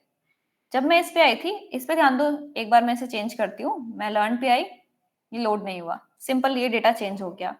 कम्युनिटी पे आई, ये लोड नहीं हुआ, ये सिंपल एज इट इज रहा, बस डेटा चेंज हो गया। अब यहाँ पे आते हैं, मैंने यहाँ पे क्लिक किया कस्टमर सर्विस पेज पे, ओके, और यहाँ पे इसने लोड लिया, हमें यहाँ पे लोडर दिखा। दैट मीन्स मेरी मेरी जो साइट है दोबारा से लोड हो रही है, दोबारा से एक पेज आ रहा है। यहाँ पे सर्वर को रिक्वेस्ट गई है, सर्वर मुझे डेटा दे रहा है कि ये लो, अब आप इसे लोड कर लो, आपका जो पेज आपने रिक्वेस्ट किया था वो मैंने आपको प्रोवाइड कर दिया है। तो ये हमारी सिंगल पेज एप्लीकेशन नहीं है। जब भी मैं किसी लिंक पे क्लिक कर रही हूँ, ये दोबारा से लोड हो रही है। तो जो हमारा रिएक्ट है वो हमें यहाँ पे सिंगल पेज एप्लीकेशन प्रोवाइड करता है। उससे क्या होता है, हमारा लोडिंग टाइम कम होता है और यूजर एक्सपीरियंस अच्छा होता है, क्योंकि यूजर को चाहिए लोडिंग टाइम कम, और रिएक्ट हमें वही प्रोवाइड कर रहा है। एक बार मैं स्टूडेंट्स चेकआउट कर लूं। ओके, चलो अब आगे आते हैं। अब हम यहाँ पे अपने यही लिंक्स बनाना स्टार्ट करेंगे। तो चलिए आते हैं, स्टार्ट करते हैं। तो सबसे पहले मुझे क्या करना है, रिएक्ट राउटर ने कुछ चीजें बताई हैं, हम वही फॉलो करने वाले हैं। ओके, तो इन्होंने क्या बोला है, ध्यान देना, थोड़ा जूम कर देती हूँ। इन्होंने यहाँ पे हमारी मेन फाइल, जो हमारी मेन फाइल होती है ना, main.jsx, उसके अंदर कुछ काम किया है। क्या काम, main.jsx उसके अंदर क्या काम किया हुआ है, देखो, रूट बनाया। रूट के अंदर यहाँ जो रेंडर फंक्शन है, उस रेंडर फंक्शन में ही उन्होंने ब्राउजर राउटर कुछ लगा दिया है। ये क्या है, अगर यहाँ टैग्स में है, टैग फॉर्म में है, दैट मीन्स वो एक कंपोनेंट होगा। वो कंपोनेंट कहाँ से आया, वो कंपोनेंट आया रिएक्ट राउटर की तरफ से। देखेंगे कैसे इंपोर्ट हो रहा है, क्या होता है। तो इन्होंने बोला कि यहाँ पे आके आप काम कर लो अपना। ओके, ठीक है, हम यहाँ पे आके काम कर लेते हैं अपना, तो चलिए। हाँ, हम भी अपनी मेन फाइल में चलते हैं। तो मैं अपनी मेन फाइल के अंदर हमारी मेन डॉट जेएसएक्स फाइल ये रही, जहाँ पे हमने अपनी ऐप को लोड किया हुआ है। ओके, ऐप में दिखाती हूँ मैं आपको ऐप में क्या है हमारा। ऐप में मैंने हेडर, बॉडी एंड फुटर दिया हुआ है। ओके, मैंने ऐप के अंदर हेडर, बॉडी एंड फुटर दिया हुआ है। अब मुझे एक काम करना है, मेन के अंदर आना है। जैसे उसने बोला था कि एक काम करना है आप लोगों को, यहाँ पे आके सबसे पहले इंपोर्ट करो ब्राउजर राउटर। अब ये ब्राउजर राउटर क्या है, चलिए पहले इंपोर्ट कर लेते हैं। मैंने बोला इंपोर्ट कर लेते हैं। जैसे उसने बोला था कि ब्राउजर राउटर नाम से कुछ होता है, वो इंपोर्ट कर लेते हैं। मैंने लिख दिया browser router from React router. Install नहीं, इंपोर्ट कर लिया। अब ये जो ब्राउजर राउटर है ये एक कंपोनेंट है। ओके, ये क्या है, एक कंपोनेंट है। तो ये एक कंपोनेंट की तरह ही यूज होगा जैसे बाकी सारे कंपोनेंट यूज हो रहे हैं। तो मैं यहाँ पे आके ब्राउजर राउटर को ऐड कर दूंगी। और ब्राउजर राउटर को मैं यहाँ पे क्यों ऐड करूं, देखो, ब्राउजर राउटर एक रैपर की तरह काम करेगा। ब्राउजर राउटर में आपकी होल एप्लीकेशन रैप होनी चाहिए। तो मैं यहाँ पे अपने ऐप को, जिसके अंदर मेरा हेडर भी है, फुटर भी है और बॉडी सेक्शन भी है, उसको यहाँ रैप कर रही हूँ। तो ठीक है, यहाँ पे मैंने कर दिया इसे रैप। और यहाँ पे जो एरर्स आ रहे थे वो रिमूव हो गए हैं। क्या मेरी एप्लीकेशन में कुछ चेंज हुआ होगा, चलिए देखते हैं आउटपुट में। ओके, मैंने रन नहीं करा रखा है तो पहले रन कर लेते हैं। npm run dev। ओके, मैंने इसे करा दिया रन। इसको थोड़ा सा ट्रैक करते हैं, फॉलो द लिंक। ओके, हमारी एप्लीकेशन अभी भी वैसे ही चल रही है। ओके, क्या मुझे यहाँ पे कुछ एरर मिला, ओके, यहाँ पे भी हमें एरर नहीं मिला है। चलो ठीक है, यहाँ तक सब सही चल रहा है। मैंने जो ब्राउजर राउटर लगाया है, ध्यान रखना, यहाँ पे ब्राउजर राउटर एक मेन पेरेंट की तरह काम करता है, जिसके अंदर मेरी होल एप्लीकेशन होनी चाहिए। मैंने रखा है अपना ऐप कंपोनेंट। क्यों, मेरे ऐप कंपोनेंट में हेडर भी है, फुटर भी है और बॉडी सेक्शन भी है, जिसके अंदर मेरी ये पूरी एप्लीकेशन नजर आ रही है। जो भी यहाँ पे दिख रहा है, इतने सारा डेटा दिख रहा है, बटन्स दिख रहे हैं और मेरा जो नेविगेशन बार है वो सब कहाँ पे रखा हुआ है, ऐप में रखा हुआ है। तो मैंने ऐप को रखा है। चलो ठीक है, अब मुझे एक काम करना है। क्या काम करना है वो देखो, मेरे पास दो ऑप्शन है। या तो मैं अपने सारे राउट्स जो भी मुझे चाहिए कि स्लैश अबाउट बनाऊंगी मैं, या स्लैश ब्लॉग बनाऊं, या स्लैश होम बनाऊं, वो सब मैं यहाँ बना लूं। या मेरे पास ऑप्शन है कि एक नया पेज बनाऊं, उस पेज में जाके बनाऊं। तो अभी मैं आपको सबसे पहले यहाँ पे दिखाती हूँ कि इन्होंने क्या किया हुआ है। जितना इन्होंने बोला था उतना हमने कर लिया है। अब आगे चलते हैं राउटिंग में, नेक्स्ट पेज पे कि आगे क्या करना है। अब देखो, इन्होंने कुछ राउट्स नाम का कंपोनेंट यूज किया है, देन रूट नाम का कंपोनेंट यूज किया है, उसमें कुछ चीजें दी है। ठीक है, हम भी देख लेते हैं कि क्या है ये। तो चलिए आते हैं, आपको मैं रिमूव कर रही हूँ। तो मैं यहाँ पे आके अब दो चीजें इंपोर्ट करने वाली हूँ। सबसे पहले है राउट्स एंड देन राउट। ये जो राउट्स हैं, इसके अंदर मैं डिफाइन करती हूँ मुझे कौन कौन से राउट चाहिए। ओके, मैंने यहाँ पे राउट्स कंपोनेंट लिया और इस राउट कंपोनेंट के अंदर आते हैं कुछ चिल्ड्रन, और वो चिल्ड्रन होते हैं हमारे राउट। अब यहाँ पे राउट्स है पेरेंट, तो मैंने यहाँ पे राउट्स लगाया। Sorry, spelling mistake.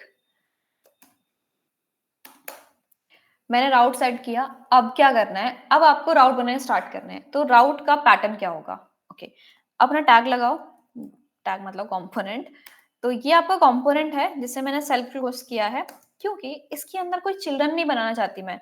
लेकिन यहाँ पे ये जो राउट्स है, इसके चिल्ड्रन यहाँ पे बनने वाले हैं। तो राउट्स के चिल्ड्रन है ये राउट, ये जो कंपोनेंट है। अब ये जो कंपोनेंट है इसमें दो चीजें आती हैं। सबसे पहले path, that means link, slash about, slash home या स्लैश जो भी आप देना चाहते हो वो पाथ के अंदर आता है। और पाथ क्या है, एक प्रॉप।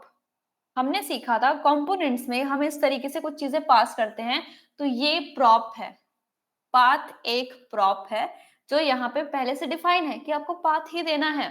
ओके, नेक्स्ट, यहाँ पे जो भी आप पाथ मेंशन करोगे उस पे कौन सा कंपोनेंट लोड होना चाहिए वो आप बताओ। ठीक है, तो सबसे पहले मैं क्या करूंगी कि जब भी मैं स्लैश पे आऊं, दैट मीन्स मेरी एप्लीकेशन लोड होगी, तो फर्स्ट पेज मुझे कौन सा दिखाना है? मैं दिखाऊंगी अपना ऐप पेज। क्यों? मेरा ऐप पेज होम को, सॉरी होम को नहीं, हेडर को, फुटर को और बॉडी सेक्शन को कंटेन करता है। वो पेज मुझे दिखाना है। देखो अभी मैंने सिर्फ इसको इतना छोड़ा हुआ है। पहले मैं इसे हटा देती हूँ ताकि मुझे एरर ना मिले। मैं जाके देखना चाहती हूँ कि मुझे अभी एप्लीकेशन में क्या दिख रहा है। मैंने यहाँ से ऐप हटा दिया है। ओके, तो मैं यहाँ पे अपने वीट पे, मुझे यहाँ पे कुछ भी नहीं दिख रहा और यहाँ पे मुझे एक वार्निंग मिली है। क्या वार्निंग है? देखो, no routes matched location slash. जो आपका फर्स्ट पेज होता है ना, उसका राउट होता है स्लैश।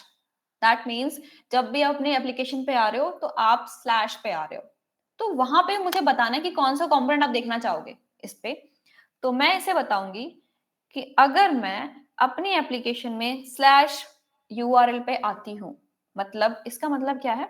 इसका मतलब,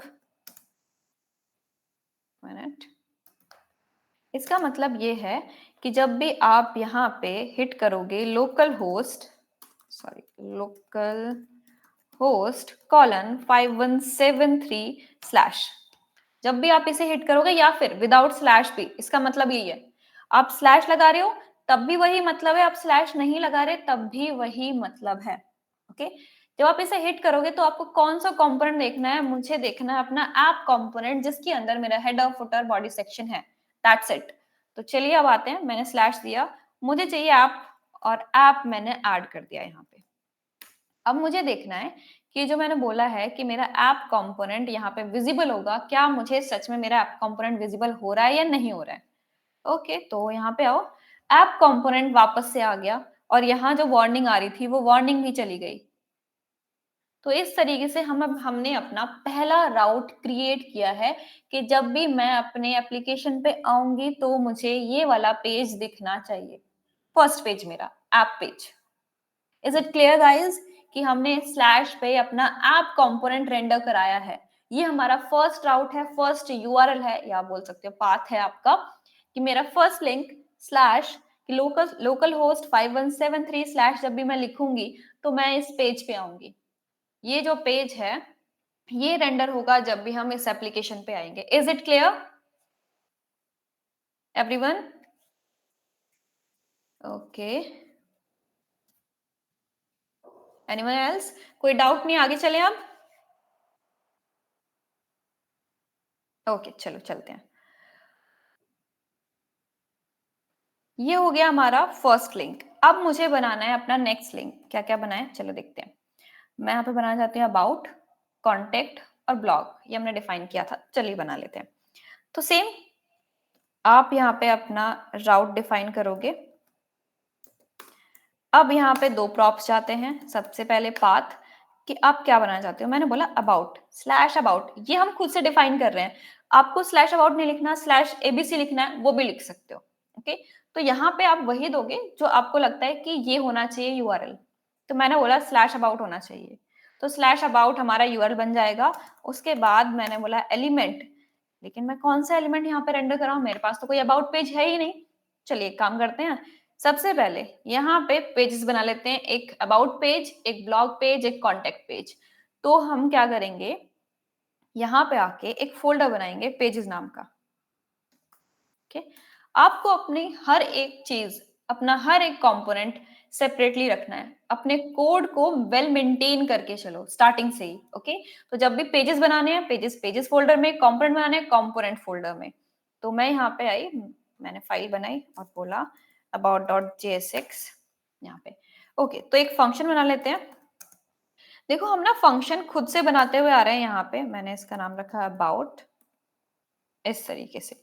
ये फंक्शन मैंने खुद से बना लिया, लेकिन हमारे पास यहाँ पे एक एक्सटेंशन है जो हमें यहाँ पे एक एब्रिविएशन प्रोवाइड करेगी। ओके, एक्सटेंशन मैं बताऊंगी आपको कौन से इंस्टॉल करने से हमें एब्रिविएशन मिल जाएगी। जैसे कि आपके पास एचटीएमएल की बॉयलर प्लेट आती है ना एक्सक्लेमेशन लिखने से, सेम वे में यहाँ पे भी हमें बॉयलर प्लेट मिलती है कि फंक्शन ऑटोमेटिकली हमें बन के मिल जाए, हमें ऐसे लिखना ना पड़े। ओके, तो यहाँ पे फिलहाल के लिए मैं अभी लिख देती हूँ h2 अबाउट पेज और यहाँ एक पैराग्राफ दे देते हैं, ई कॉमर्स साइट, सिंपल। ये जो कंपोनेंट है ये बन गया। अब एक नेक्स्ट कंपोनेंट बनाना था, कंपोनेंट नहीं सॉरी, पेज है हमारा, पेज बनाते हैं। तो मैंने बोला कॉन्टेक्ट पेज बनाएंगे इस बार। कॉन्टेक्ट की spelling contact dot JSX। Okay, तो यहाँ पे हमारे पास कौन सी एक्सटेंशन है वो देखो। तो एक्सटेंशंस पे आओ, एक्सटेंशन इंस्टॉल करते हैं।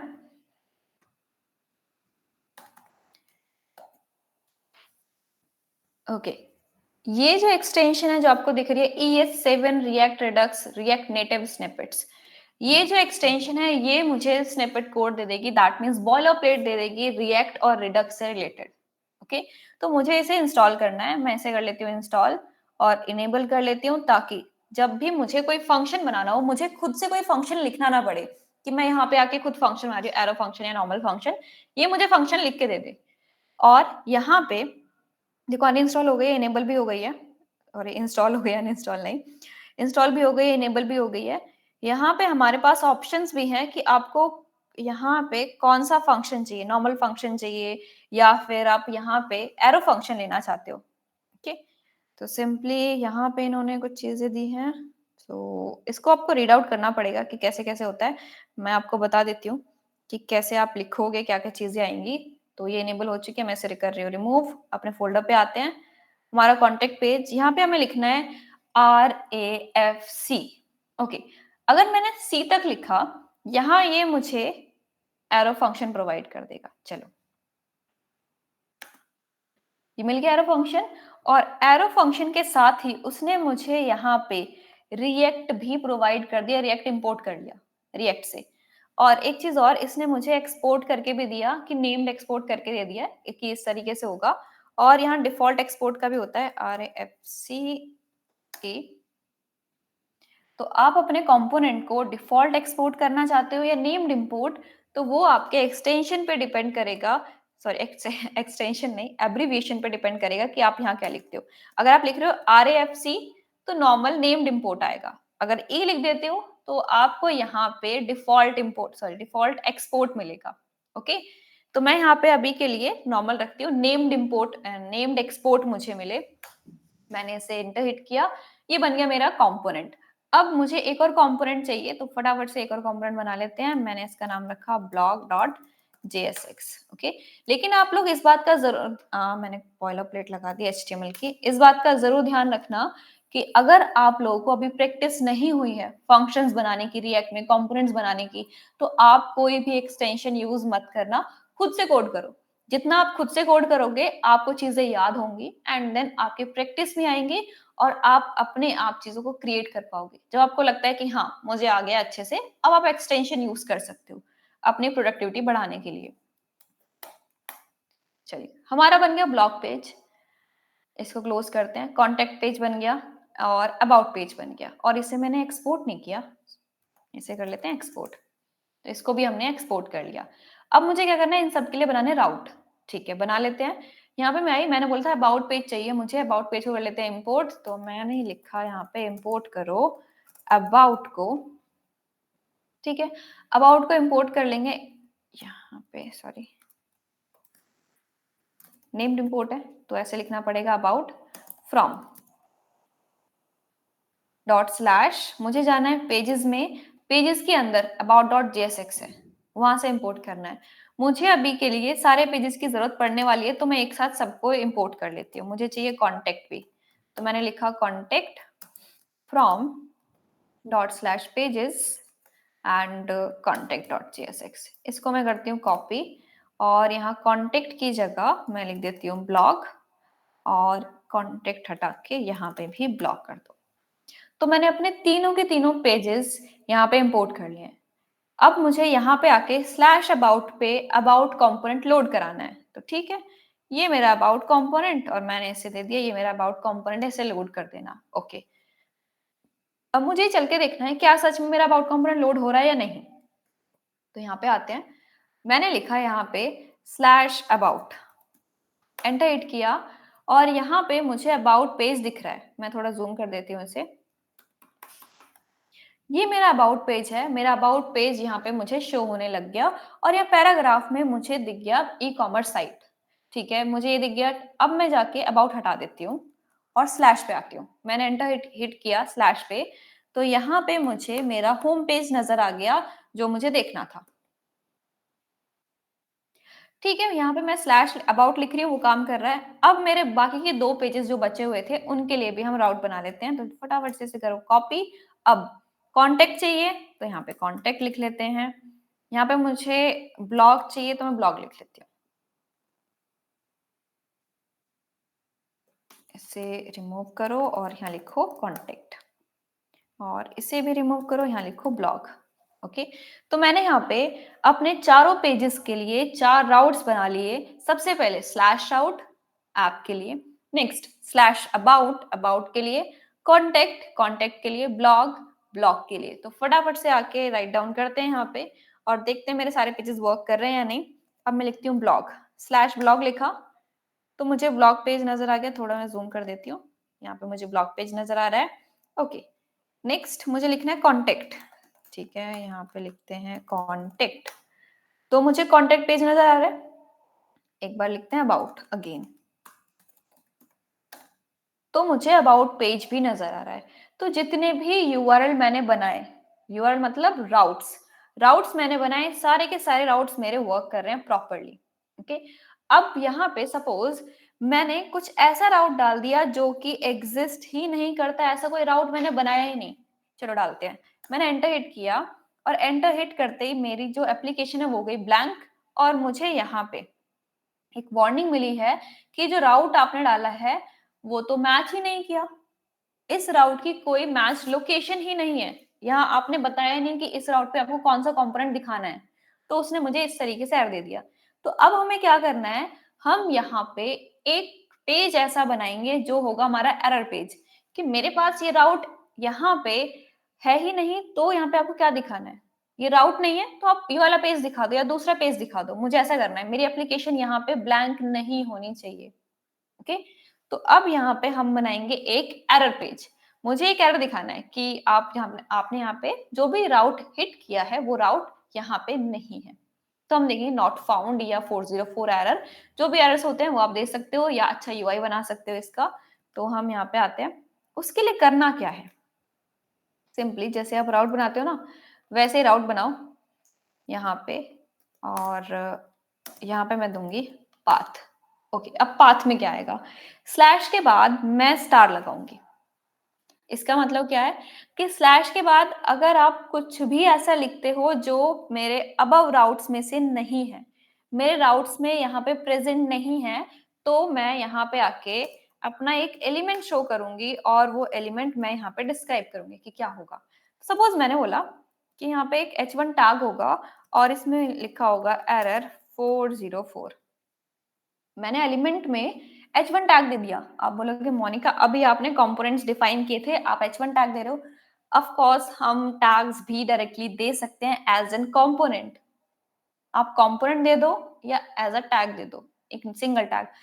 आप यहाँ पे अगर प्रैक्टिस कर रहे हो तो आप टैग दे सकते हो, बट नॉर्मली हम यहाँ पे कंपोनेंट्स ही प्रोवाइड करते हैं। अभी मैंने अपना कंपोनेंट बना के नहीं रखा हुआ, पेज नहीं बना के रखा हुआ, तो मैंने एक h1 टैग प्रोवाइड कर दिया एरर 404। ओके, चलो आते हैं आगे।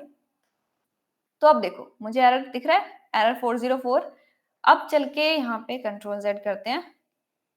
सपोज मैंने यहाँ पे लिख दिया मोनिका और एंटर हिट कर दिया, तब भी ये मुझे दिखा रहा है। अब मुझे वार्निंग नहीं मिल रही यहाँ पे कि जो भी राउट आपने दिया है उससे कोई लोकेशन मैच ही नहीं कर रही है। उसने मुझे कोई भी यहाँ पे एरर नहीं दिया, तो मैं यहाँ पे आके कोई भी नेम डालू। सपोज मैंने एक और नेम डाला सत्यम। यहाँ पे मुझे एक पेज नजर आ रहा है, मेरी एप्लीकेशन ब्लैंक नहीं है। तो आप यहाँ पे इसके लिए भी एक पेज बना सकते हो। और मैं अभी के लिए अबाउट पेज पे जा रही हूँ। अबाउट पेज पे आई, अब उसके सपोज मैंने अबाउट के बाद गलती से नंबर डाल दिया, ये भी एरर पेज है हमारा। तो ये हो गया हमारा एरर पेज। तो फटाफट से एक एरर पेज बिल्ड कर लेते हैं और उसको यहाँ शो कराते हैं इंस्टेड ऑफ h1 टैग। सो मैं यहाँ पे आई, मैंने इस h1 टैग को किया रिमूव। मुझे यहाँ पे एक कंपोनेंट देना है, तो पेजेस में आओ और एक पेजेस में पेज बनाओ जिसका नाम होगा error page dot JSX। Okay, तो यहाँ पे मैंने एरर पेज दे दिया है और एक्सटेंशन का यूज करते हुए एरर पेज लिख लिया हमने। और इस कंपोनेंट को मैं अपने मेन डॉट JSX में आके इंपोर्ट करा लेती हूँ। मैंने बोला इंपोर्ट कर दो हमारे एरर पेज को। ये हमारा एरर पेज है, एरर पेज हो गया इंपोर्ट और यहाँ पे आके एरर पेज हमने दे दिया। That's it. अब चल के देखते हैं कि ये लोड हो रहा है या नहीं हो रहा है। तो हम यहाँ पे डेफिनेटली लोड हो रहा है सही से एकदम। इसके बाद कुछ और डाल देते हैं, सपोज मैंने डाला साइली। ओके, तो ये मेरा एरर पेज विजिबल है, परफेक्टली वर्क कर रहा है यहाँ पे। चलिए अब आगे आते हैं, वापस से होम पेज पे चलो। ये जो एरर पेज हमने बिल्ड किया है, यहाँ पे कुछ एरर्स नहीं दिख रहे हैं मुझे, सिर्फ दिख रहा है एरर 404। तो हमारे पास ना एक हुक होता है जो मुझे रिएक्ट राउटर प्रोवाइड करता है। तो चलिए एक हुक देख लेते हैं, क्या अभी भी वो हुक है इसमें या नहीं है। कंपोनेंट्स एंड हुक, तो हमारे पास यहाँ पे यूज राउटर एरर करके एक हुक होता है। ये रहा, यूज राउट एरर। ये जो हमारे पास यूज राउटर एरर करके एक हुक है, ये मुझे रिएक्ट राउटर प्रोवाइड करता है। तो चलिए एक बार यूज कर लेते हैं इसे। रिएक्ट राउटर हमें यहाँ पे यूज राउटर के थ्रू क्या प्रोवाइड करता है, तो चलिए आते हैं यहाँ पे। ये जो एरर पेज है उसमें सिर्फ लिखा रहा है एरर पेज। तो मुझे यहाँ पे कुछ अच्छे तरीके से एरर दिखाने हैं। सपोज 404 नॉट फाउंड, तो ठीक है, उसके आगे कुछ मैसेज हो, कुछ चीजें हो, तो मुझे वो देखना है। तो मैं यहाँ पे इंपोर्ट करती हूँ अपना एक हुक। अब हम अपना फर्स्ट हुक यूज कर रहे हैं रिएक्ट राउटर की तरफ से। ओके, यूज राउट एरर। अब यहाँ पे आके ये भी तो एक हुक है। हुक है दैट मीन्स एक फंक्शन है, हमने पढ़ा हुआ है जो भी हुक्स हैं वो एक नॉर्मल जावास्क्रिप्ट फंक्शंस हैं जो पहले से बिल्ट इन है। तो ये भी एक फंक्शन है, इसको मैं नॉर्मली यहाँ पे आके यूज राउट एरर इस तरीके से कॉल कर सकती हूँ। ओके, मैंने कॉल कर दिया लेकिन ये कुछ रिटर्न करता है, तो मैं यहाँ पे आके एक वेरिएबल बना लेती हूँ। मैंने वेरिएबल बनाया एरर नाम से। ठीक है, अगर इस वेरिएबल को मैं कंसोल कराऊं मुझे क्या मिलेगा, मुझे ये देखना है। मैंने किया कंसोल और इस वेरिएबल को करा दिया प्रिंट कंसोल के अंदर। चलिए आते हैं, देखते हैं कि हमें क्या मिल रहा है। इसको एक बार रिफ्रेश कर लो। ओके, अब एक काम करते हैं, अपना एक राउट हिट करते हैं जो राउट हमने डिफाइन नहीं किया है। तो मैंने ABC राउट दिया, एंटर हिट किया। ओके, तो यहाँ पे देखो ये मुझे बोल रहा है use router must be used with in a data router.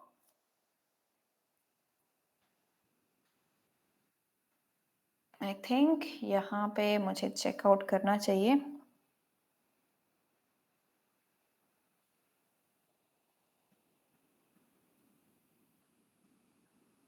Okay, यहाँ पे यूज नहीं होता। ओके, चलिए आते हैं यहाँ पे एक बार और रीड आउट करते हैं। यहाँ पे इन्होंने इसके बारे में कुछ ज़्यादा चीज़ें दी नहीं है।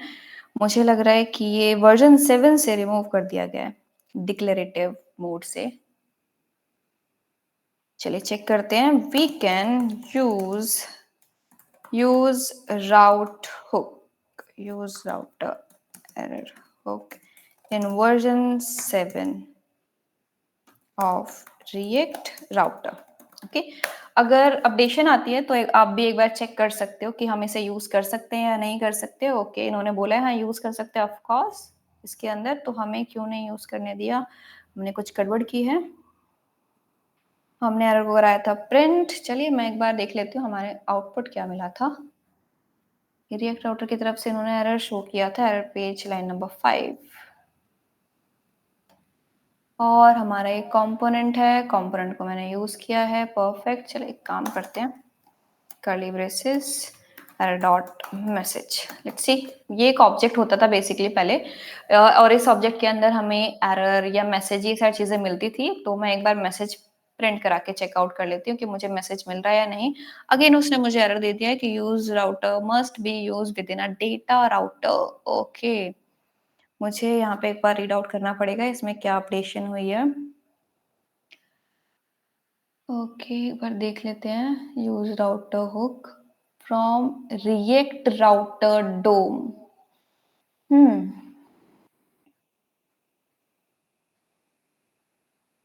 React Router DOM install, okay. चलो वापस आते हैं।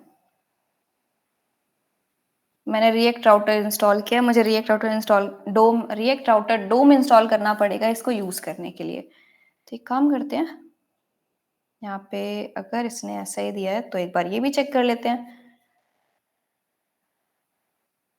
मैं यहाँ पे एक और पावर शेल ओपन कर लेती हूँ और अपने प्रोजेक्ट में चलते हैं, फर्स्ट अंडरस्कोर प्रोजेक्ट, और यहाँ पे इंस्टॉल करेंगे हम रिएक्ट राउटर डोम। पहले हम ना रिएक्ट राउटर डोम करके इंस्टॉल करते थे अपने रिएक्ट राउटर को, और अभी इन्होंने बोला था कि npm इंस्टॉल रिएक्ट राउटर रखो, लेकिन अभी यहाँ पे इन्होंने बोला है कि ये जो यूज राउटर है वो हम यहाँ से इंपोर्ट कर सकते हैं, कि रिएक्ट राउटर से नहीं, यहाँ से हम इंपोर्ट कर सकते हैं। तो ठीक है, मैंने इसे इंस्टॉल कर लिया है और एक बार चेकआउट कर लेते हैं कि अगर मैं अब यहाँ पे लिखूँ रिएक्ट राउटर डोम, तो क्या ये मुझे एक्सेस करने देगा यूज राउटर हुक को, सॉरी यूज राउट एरर हुक को, या नहीं। चलो आते हैं, अब एक बार और चेक कर लेते हैं। Wait wait wait, still we are not able to use this. Again let's see. Okay okay, चलो ठीक है, इसे हम नेक्स्ट क्लास में देखते हैं, ये एरर हम सॉल्व करेंगे आगे चल के। इसको अभी के लिए हम स्किप करते हैं। ओके, अभी हम यूज नहीं कर पा रहे हैं, इसको मैं यहाँ पे कमेंट करके छोड़ देती हूँ ताकि हम आगे इसे यूज करें, इसे रिमूव नहीं करते हैं। ओके, फिलहाल के लिए हम खुद के मैसेज यहाँ लिख देंगे, एरर पेज या 404 नॉट फाउंड या कोई भी मैसेज। ओके, तो अभी के लिए हम ये देख लेते हैं कि हमें मैसेज मिल रहा है या नहीं। मैंने use router error is not defined, okay, इसको हटाओ और एरर भी, इसको भी हटा देते हैं। ओके, तो अब फाइनली मुझ में जो है मेरा एरर पेज नजर आ गया है जो मुझे चाहिए था। अब हम आगे चलते हैं। एरर पेज में ठीक है, मैंने एरर पेज दिखा दिया, लेकिन सपोज हमें एरर पेज नहीं दिखाना, मुझे अपना एरर पेज नहीं दिखाना है। मैं चाहती हूँ कि यहाँ पे मैं होम पेज पे आ जाऊं, जब भी मैं कोई भी गलत राउट हिट करती हूँ तो मैं होम पेज पे आ जाऊं, मैं एरर पेज पे जाऊं ही ना। मुझे एरर पेज यूजर को नहीं दिखाना, जब भी वो कोई भी गलत राउट हिट कर रहा है तो वो होम पेज पे आ जाए या किसी और पेज पे रीडायरेक्ट हो जाए। तो उसके लिए मुझे क्या करना है, तो चलिए आते हैं अपने मेन डॉट जेएसएक्स के अंदर। तो हमारा मेन डॉट जेएसएक्स में हम यहाँ पे इंपोर्ट करेंगे एक कंपोनेंट जिसका नाम है नेविगेट। ओके, तो मैं यहाँ पे आके नेविगेट को कर लेती हूँ import, navigate from React Router. Okay, मैंने इंपोर्ट कर लिया है नेविगेट को। अभी जो नेविगेट है वो क्या है, नेविगेट एक कंपोनेंट है। ओके, अगर यहाँ पे यूज नेविगेट लिखा होता तो वो क्या था, एक हुक, क्योंकि किसी भी हुक के आगे यूज लगा होता है। लेकिन यहाँ लिखा है सिर्फ नेविगेट, तो एक कंपोनेंट है, इस कंपोनेंट को मैं यूज करूंगी अपने यूजर को एक गलत यूआरएल से एक सही यूआरएल पे रीडायरेक्ट करने में। कि मैं चाहूंगी कि अगर यूजर यहाँ पे आके एक गलत यूआरएल हिट कर रहा है, स्लैश एबीसी डाल रहा है, स्लैश 123 डाल रहा है, तो वो होम पेज पे पहुंच जाए। तो वो कैसे होगा, सिंपली इसको मैं कमेंट कर रही हूँ, यहाँ पे आके हम एक और राउट बना लेते हैं, और आप एरर पेज की जगह एक काम करो, यहाँ पे लिखो नेविगेट। ठीक है, लिख दिया नेविगेट। लेकिन ये जो नेविगेट है ना, इसे आपको कुछ चीजें देनी पड़ती है। देखो क्या क्या देना पड़ता है, आप यहाँ पे टू दे सकते हो। तो सबसे पहले हम टू देंगे, दैट मीन्स कि जब भी यूजर इस राउट पे आएगा, ऐसे किसी राउट पे आएगा, तो आपको कहाँ भेजना है। तो मैंने बोला कि यहाँ पे आप उसे भेज दो स्लैश पे। स्लैश मतलब हमारा होम पेज, होम पेज मतलब ऐप, जिसमें हमारा हेडर है, फुटर है और बॉडी सेक्शन है। तो मैं अब यूजर को एरर पेज नहीं दिखाना चाहती, मैं उसे यहाँ पे होम पेज पे लेके जाना चाहती हूँ अगर वो गलत राउट हिट करता है। तो चलिए आते हैं, चेक करते हैं। ये बहुत ज्यादा जूम हो गया है। तो सबसे पहले अबाउट पे आते हैं। तो मैंने लिखा स्लैश अबाउट, एंटर हिट किया, मैं अबाउट पेज पे आ गई। यहाँ पे मुझे अबाउट पेज दिख रहा है। अब मैं एक काम करती हूँ, मैंने अबाउट 4 5 लिखा, एंटर हिट किया, तो ये मुझे कहाँ लेके आ गया, मेरे होम पेज पे। यहाँ पे आते हैं, अगर मैं सपोज मैंने लिख दिया एबीसी, एंटर हिट किया, वो उसी पेज पे है अभी भी। ओके, मैं यहाँ पे आती हूँ, मैंने लिखा कॉन्टेक्ट, मैं कॉन्टेक्ट पे आई, ठीक है, मेरा कॉन्टेक्ट पेज हो गया। सपोज कॉन्टेक्ट के बाद मैंने लिख दिया कुछ, मैं बोला ठीक है 1 2 3 लिख दो, मैं एंटर हिट करती हूँ, तो जैसे ही मैं यहाँ पे कोई भी गलत राउट डाल रही हूँ, तो वो मुझे मुझे होम पेज पे लेके आ रहा है, क्योंकि मैंने उसे बताया है कि जब भी कोई गलत राउट यहाँ पे आएगा, यूजर को होम पेज पे लेके आ जाओ। Is it clear guys? यहाँ तक आपको क्लियर हुआ कि एरर पेज कैसे बिल्ड करना है? ओके, चलो, ये हो गया हमारा एरर पेज। अब आगे आते हैं।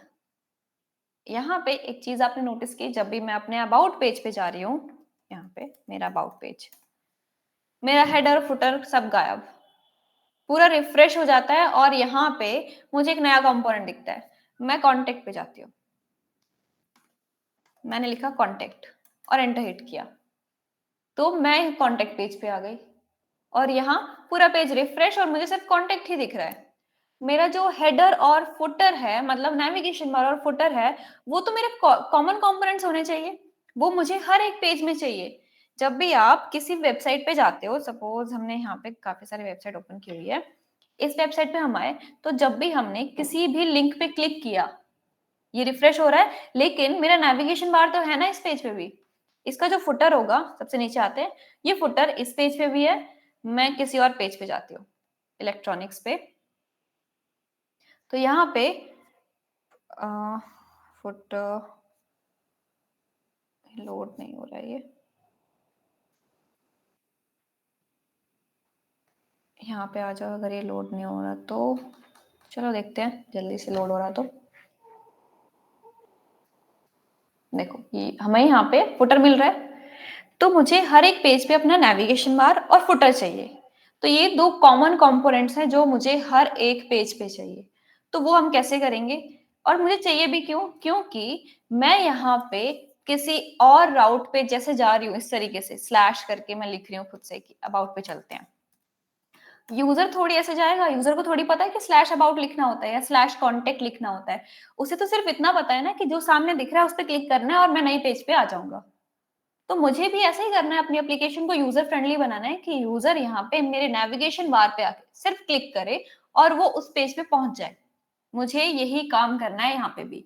तो वो मेरा जो कॉमन कंपोनेंट है फुटर और नेविगेशन बार, उसे मैं यहाँ पे कहाँ पे रखूं कि वो हर एक पेज में आ जाए। देखो, पहली अप्रोच, जैसे अगर हम सोचें कि ठीक है, मैंने ऐप में रखा हुआ है, कहाँ गया हमारा ऐप, ऐप में रखा हुआ हेडर, तो ऐप में आ रहा है।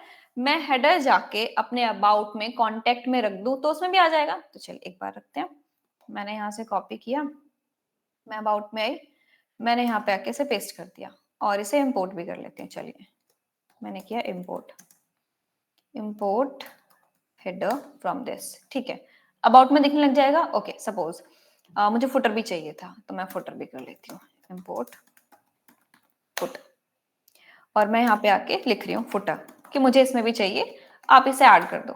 ठीक है, मैंने कर दिया। मैं ब्लॉग में आई और मैंने ब्लॉग में भी आके यहाँ लिख दिया कि मेरा हेडर है, मुझे हेडर दे दो। मुझे फुटर भी चाहिए, इम्पोर्ट फुटर, आप फुटर भी दे दो। मैं यहाँ पे आके दोनों चीजों को लगा देती हूँ। तो मैं यहाँ पे आई और मैंने यहाँ पे ऐड किया हेडर और यहाँ पे ऐड किया फुटर। तो मैंने यहाँ पे अपने अबाउट में और अपने ब्लॉग पेज में आके स्पेसिफिकली हेडर फुटर लिख दिया। मैंने अपने कंपोनेंट को क्या किया, रीयूज किया। हमने कंपोनेंट बनाए थे, उसको दोबारा से यूज कर रहे हैं, तो ये तो ठीक है। हम यहाँ पे रीयूज कर रहे हैं, रीयूजेबिलिटी इंक्रीज हो रही है हमारी ऐप की। अब मैं यहाँ पे आती हूँ, क्या मुझे मेरी एप्लीकेशन में हेडर फुटर सब जगह दिखेंगे? चलो, नेविगेशन बार तो दिख रहा है, फुटर भी दिख रहा है, ठीक है। ब्लॉग में चलते हैं, ब्लॉग में भी तो लगाया मैंने। मैं आई, मैंने लिखा ब्लॉग के अंदर, तो ठीक है, नेविगेशन बार यहाँ पे भी दिख रहा है, फुटर भी दिख रहा है और बीच में ब्लॉग सेक्शन भी है। ओके, ये तो ठीक है, हमने यहाँ यूज कर लिया। क्या ये सही अप्रोच है, मैं हर जगह जाके नेविगेशन बार लिखूं, हेडर लिखूं या फिर फुटर लिख दूं? अब इससे क्या हो रहा है, मेरा कोड रिपीट हो रहा है। कंपोनेंट आप रीयूज कर रहे हो, लेकिन इसका मेरे पास ऑल्टरनेटिव भी है कि मैं एक ही बार लिखूंगी और सब जगह आएगा। तो वो कैसे होगा वो मुझे देखना है। मेरे पास एक ऑप्शन था कि मैं हर जगह जाके, हर एक कंपोनेंट में जाके, हर एक पेज में जाके हेडर लिख दूँ, फुटर लिख दूँ, वो आ जाएगा। मैंने बोला ब्लॉक से पहले हेडर आना चाहिए, ब्लॉक के नीचे फुटर आना चाहिए। अगर आपको ब्लॉक से पहले चाहिए ना फुटर, आप ये कर दो, आपको ब्लॉक से पहले मिल जाएगा। तो आपके कंपोनेंट की पोजीशन डिसाइड करती है कि आपका कंपोनेंट कहाँ विजिबल होगा। ओके, आपके कंपोनेंट की पोजीशन डिसाइड करती है कि आपका कंपोनेंट कहाँ विजिबल होगा। तो मैंने ब्लॉक के बाद लिखा है फुटर, तो ब्लॉक के बाद आ रहा है। हेडर ऊपर लिखा है तो हेडर पहले आ रहा है। ओके, सेम ऐसे मैंने अबाउट में किया। अबाउट में हेडर पहले रखा तो पहले आया, फुटर बाद में रखा सबसे लास्ट में तो लास्ट में आया। ओके, तो पोजीशन यहाँ पे जैसे आप रखोगे वैसे ही आउटपुट में दिखेगी।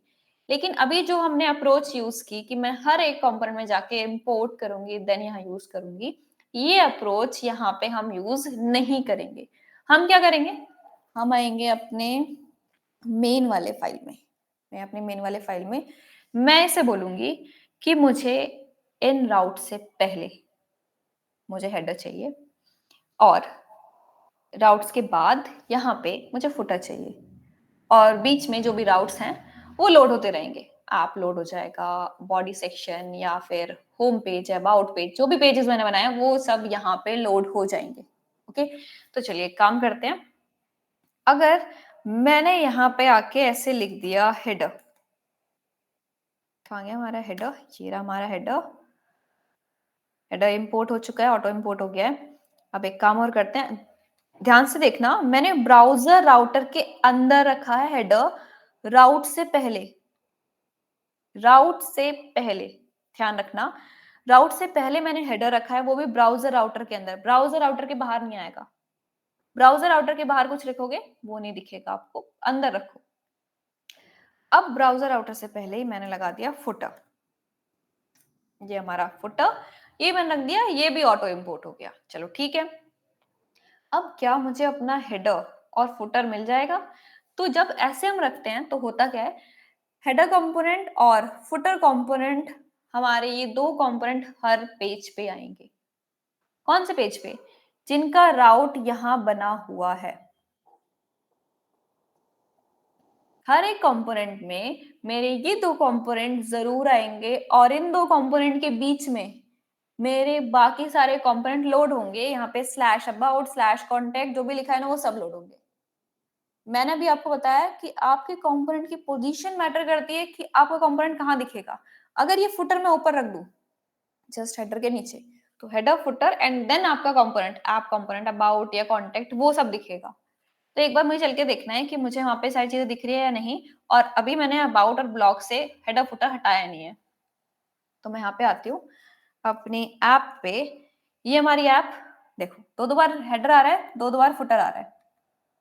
क्यों, एक बार मैंने मैन्युअली जाके ब्लॉग में रखा था, एक बार मैंने मेन से लोड करवा दिया। तो एक काम करते हैं, हम यहाँ पे आके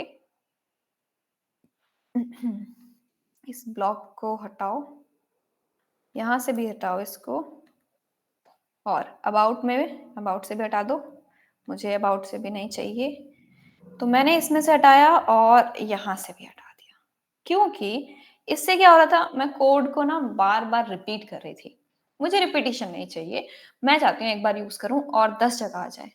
तो वही मैंने किया, मैंने एक बार यूज किया मेन में जाके, और वो अब ब्लॉग में भी आएगा, अबाउट में भी आएगा, कॉन्टेक्ट में भी आएगा। चलिए देखते हैं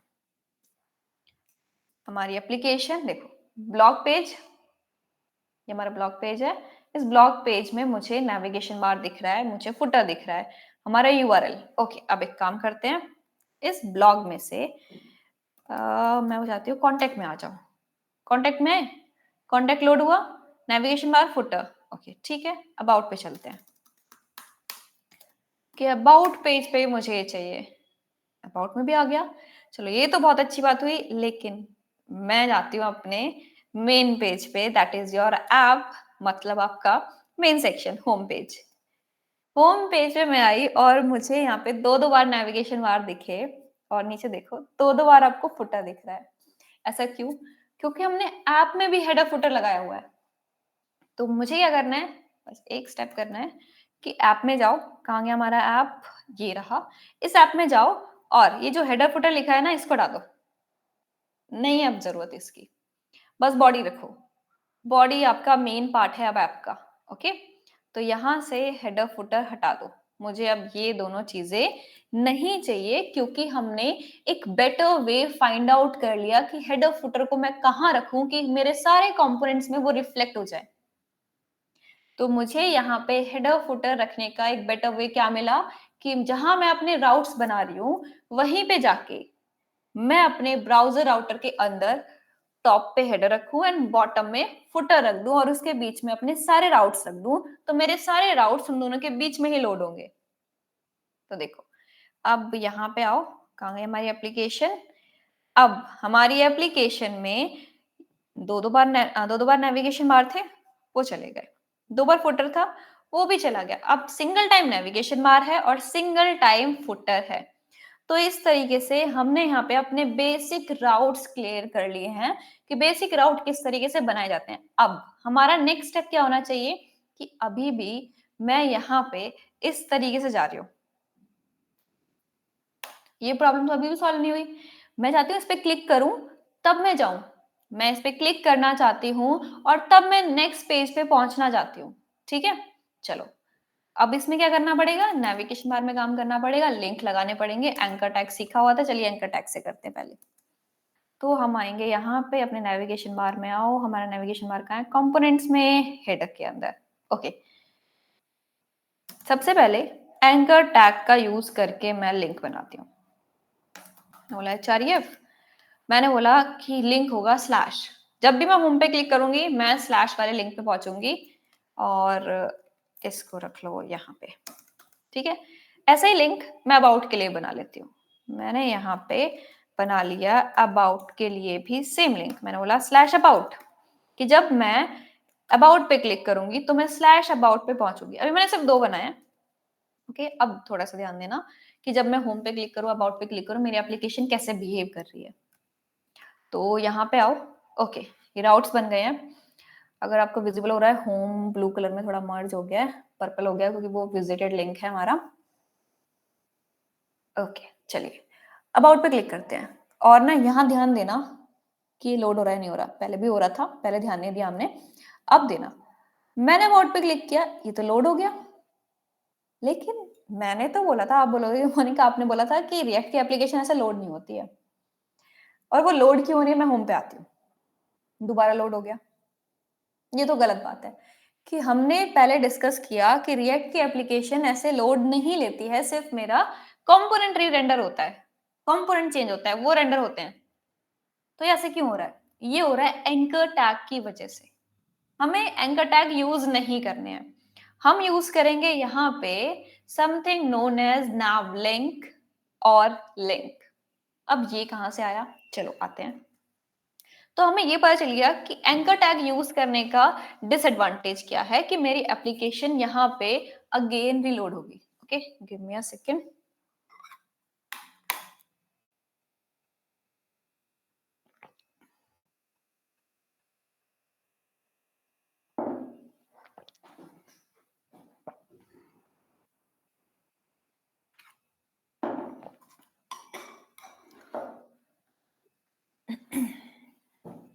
ओके, तो अब हम अपना एंकर टैग यूज नहीं करेंगे, हम यूज करेंगे यहाँ पे लिंक या फिर nav लिंक।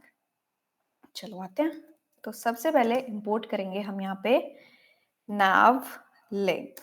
देखो हमारे पास ना दो चीजें हैं, nav लिंक और लिंक। तो मैं दोनों को इंपोर्ट कर लेती हूँ, बताऊंगी दोनों में डिफरेंस क्या है, हम कब कौन सा यूज करते हैं। देखो दोनों ही लिंक क्रिएट करते हैं, आप दोनों में से कोई भी यूज कर सकते हो, बट अगर आप नेविगेशन बार बना रहे हो, ओके, कोई भी बार, नेविगेशन बार है, साइड बार है, साइड बार भी नेविगेशन बार ही होता है, तो कोई भी ऐसा बार बना रहे हो जिसमें आप नेविगेट करा रहे हो यूजर को एक पेज से दूसरे पेज पे, और यहाँ पे वो नेविगेशन बार आपके हर एक पेज में नजर आ रहा है, तो आप वहां पे नावलिंक का यूज करोगे। नेविगेशन बार है, नावलिंक यूज करो, आंख बंद करके नावलिंक यूज कर लो।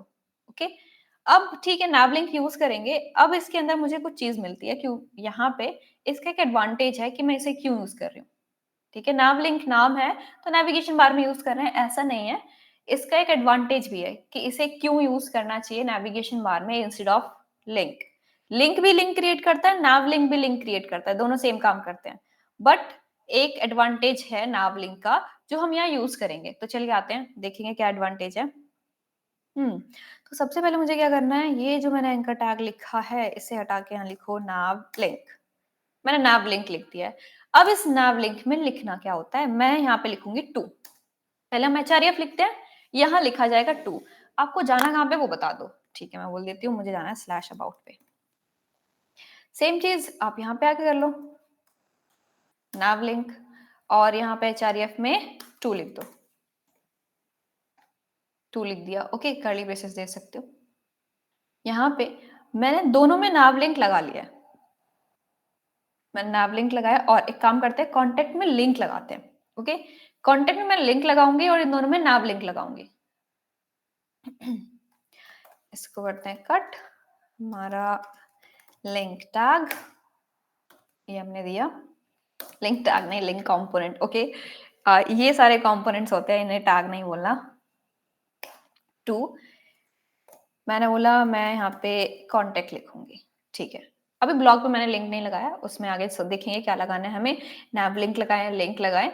तो मैंने यहाँ पे देखा, मैं स्लैश के लिए बना लिया, अबाउट के लिए बना लिया, कॉन्टेक्ट के लिए बना लिया। तो चलिए आते हैं, अब ये कैसे वर्क कर रहा है। मैंने अपनी एप्लीकेशन कर लिया रिफ्रेश, और मेरा डेटा हो गया लोड। अब मैं आके इस पे क्लिक करती हूँ। अब यहाँ पे ध्यान देना कि दोबारा से लोड होता या नहीं होता। मैं आई अपने अबाउट पेज पे, क्या दोबारा से लोड हुआ? अगेन दोबारा से देखना, मैं कॉन्टेक्ट पे आती हूँ, क्या ये दोबारा से लोड हुआ? मैं होम पे आती हूँ, क्या ये दोबारा से लोड हुआ? नहीं हुआ। मैं किसी भी पेज पे जा रही हूँ, लेकिन मेरा टैब दोबारा से रिलोड नहीं हो रहा है। क्यों नहीं हो रहा है दोबारा से लोड? ये रिलोडिंग इसलिए नहीं हो रही है क्योंकि मैंने अब एंकर टैग यूज नहीं किया।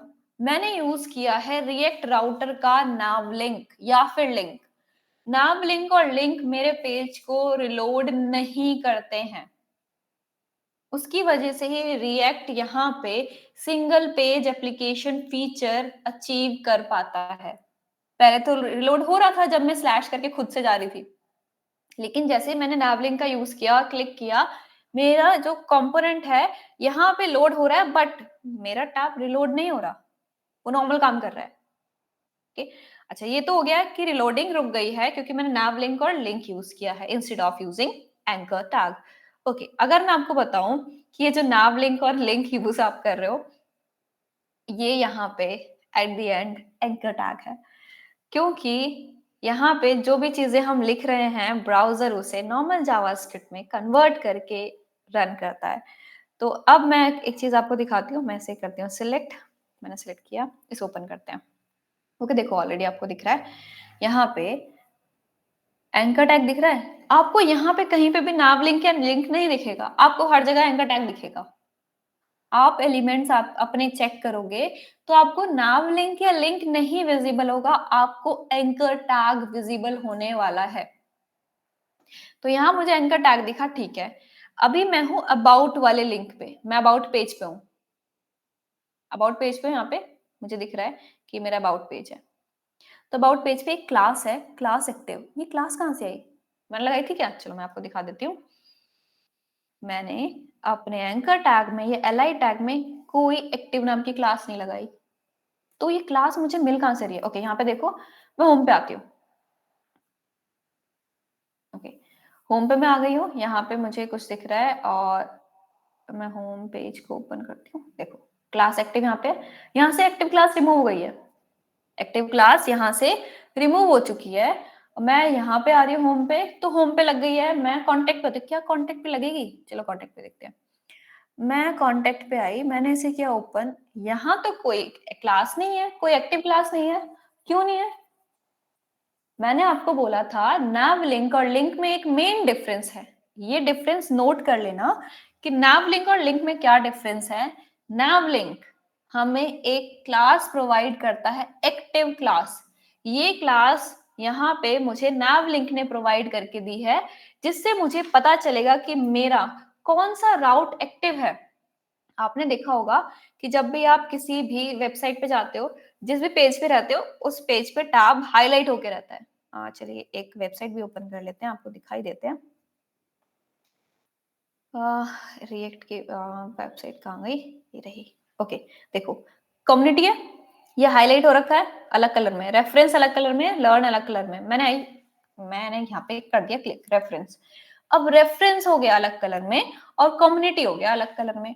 तो मैं जिस पेज पे हूँ, मेरा जो लाइव पेज है, उस पेज का टैब यहाँ पे एक्टिव हो गया। एक्टिव का मतलब एक डिफरेंट कलर में हो गया, जिससे मैं डिफरेंशिएट कर पा रही हूँ कि मैं किस पेज पे हूँ। तो इसके लिए मुझे यहाँ पे रिएक्ट राउटर nav लिंक के थ्रू एक क्लास प्रोवाइड करता है, जिसके थ्रू मैं यूज कर सकती हूँ कि मुझे किस पेज को नहीं, किस टैब को एक्टिव शो करना है। अब मैं उस क्लास को यूज कर सकती हूँ एंड देन वहां पे अपनी सीस लगा सकती हूँ। कैसे, वो भी देखते हैं। तो ठीक है, यहाँ पे एक मेन डिफरेंस क्या मिला हमें कि लिंक में मुझे एक एक्टिव क्लास नहीं मिलती है, nav लिंक में मुझे एक्टिव क्लास मिलती है। ये मेन डिफरेंस है nav लिंक और लिंक का। अगर आप नेविगेशन बार बना रहे हो तो डेफिनेटली आप nav लिंक ही यूज करो। ओके, अगर आप नॉर्मल लिंक्स बना रहे हो, कोई किसी बटन पे लिंक है या नॉर्मल लिंक है, आप लिंक टैग यूज करो, नो इशू। वो हमें एक्टिव दिखाने की जरूरत ही नहीं पड़ती। क्यों? क्लिक करते ही दूसरे पेज पे आ जाएंगे, वो बटन तो दूसरे पेज पे था। ओके, लेकिन नेविगेशन बार हर एक पेज पे रहेगा। तो मुझे इस तरीके से डिफरेंशिएट करना है अपनी एक्टिव टैब को, एक्टिव लिंक को। ठीक है, तो चलिए आते हैं अपने ऐप पे। तो मैं यहाँ पे इसीलिए nav लिंक यूज कर रही थी कि मुझे एक एक्टिव क्लास मिलती है। मैं होम पे आई, एक्टिव क्लास अप्लाई हो गई। ओके, यहाँ मुझे current is equal to page भी मिल रहा है। काफी सारी चीजें हैं जो मुझे यहाँ पे nav लिंक प्रोवाइड कर देता है। ओके, अब आते हैं यहाँ पे कि ये जो एक्टिव क्लास है, इसका यूज कैसे करेंगे। और सबसे पहले मैं हर जगह nav लिंक लगा देती हूँ। चलो, nav लिंक, ब्लॉग में भी nav लिंक लगाते हैं।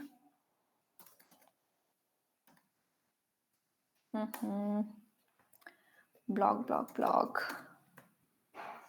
और यहाँ पे आके मैंने लिखा टू के अंदर मैं यहाँ मेंशन कर देती हूँ कहाँ जाना है मुझे, स्लैश ब्लॉग पे।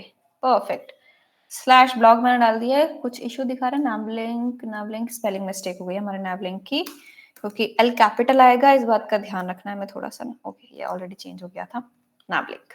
ओके, चलो अब अगर आपने एप्लीकेशन पे देखोगे तो हर जगह आपको यहाँ पे एक्टिव क्लास जरूर नजर आएगी। तो मैं ओपन कर देती हूँ अपने कॉन्टेक्ट को। देखो एक्टिव क्लास, अबाउट पे आते हैं। कहाँ गया हमारा अबाउट, ये कॉन्टेक्ट है, इसको करो ओपन। देखो एक्टिव क्लास। अब इस एक्टिव क्लास को यूज कैसे करना है, सबसे पहले ना ये जो कलर आ गया ना ब्लू, इसको हटाती हूँ मैं। तो यहाँ पे आओ, इसको कैसे हटाना है। तो मैं अपने app.css में आके, कहाँ गए हमारे app.css।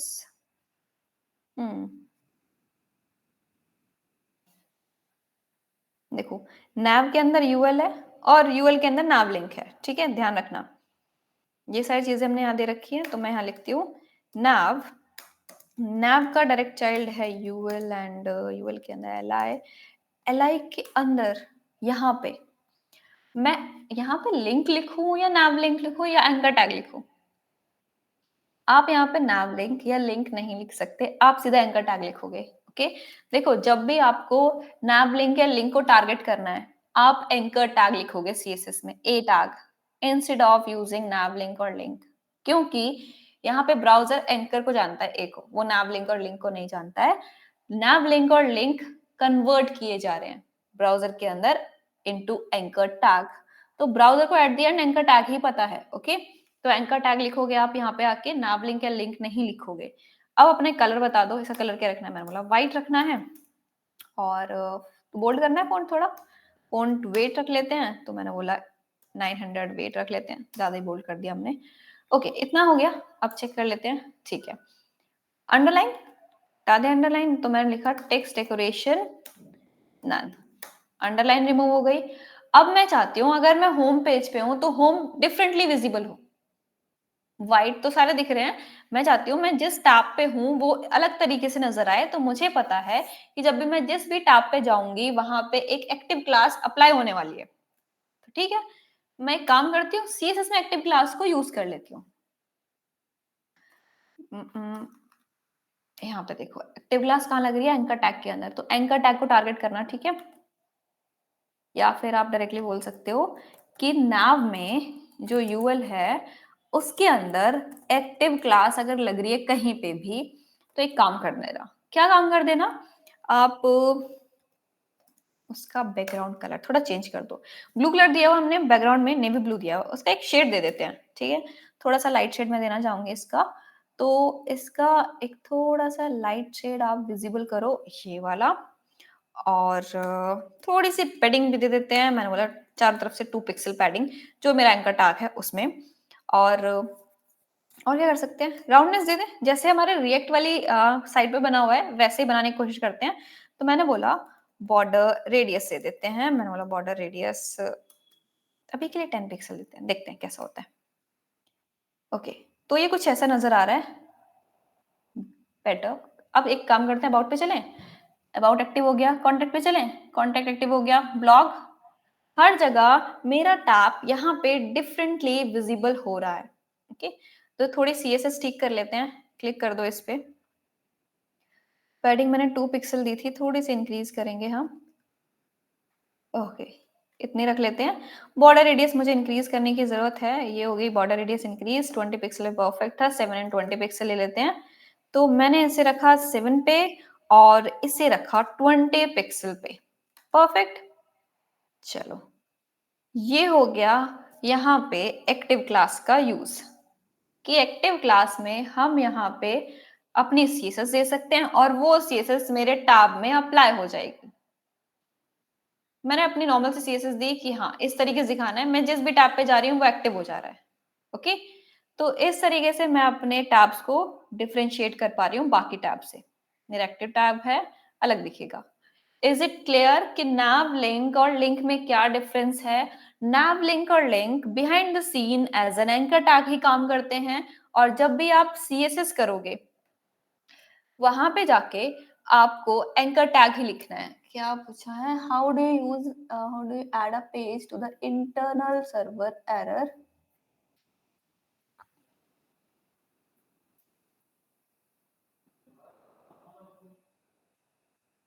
Wait, I will cover this. Okay, आज जितना भी अभी हमने पढ़ा वो सब आपको क्लियर है?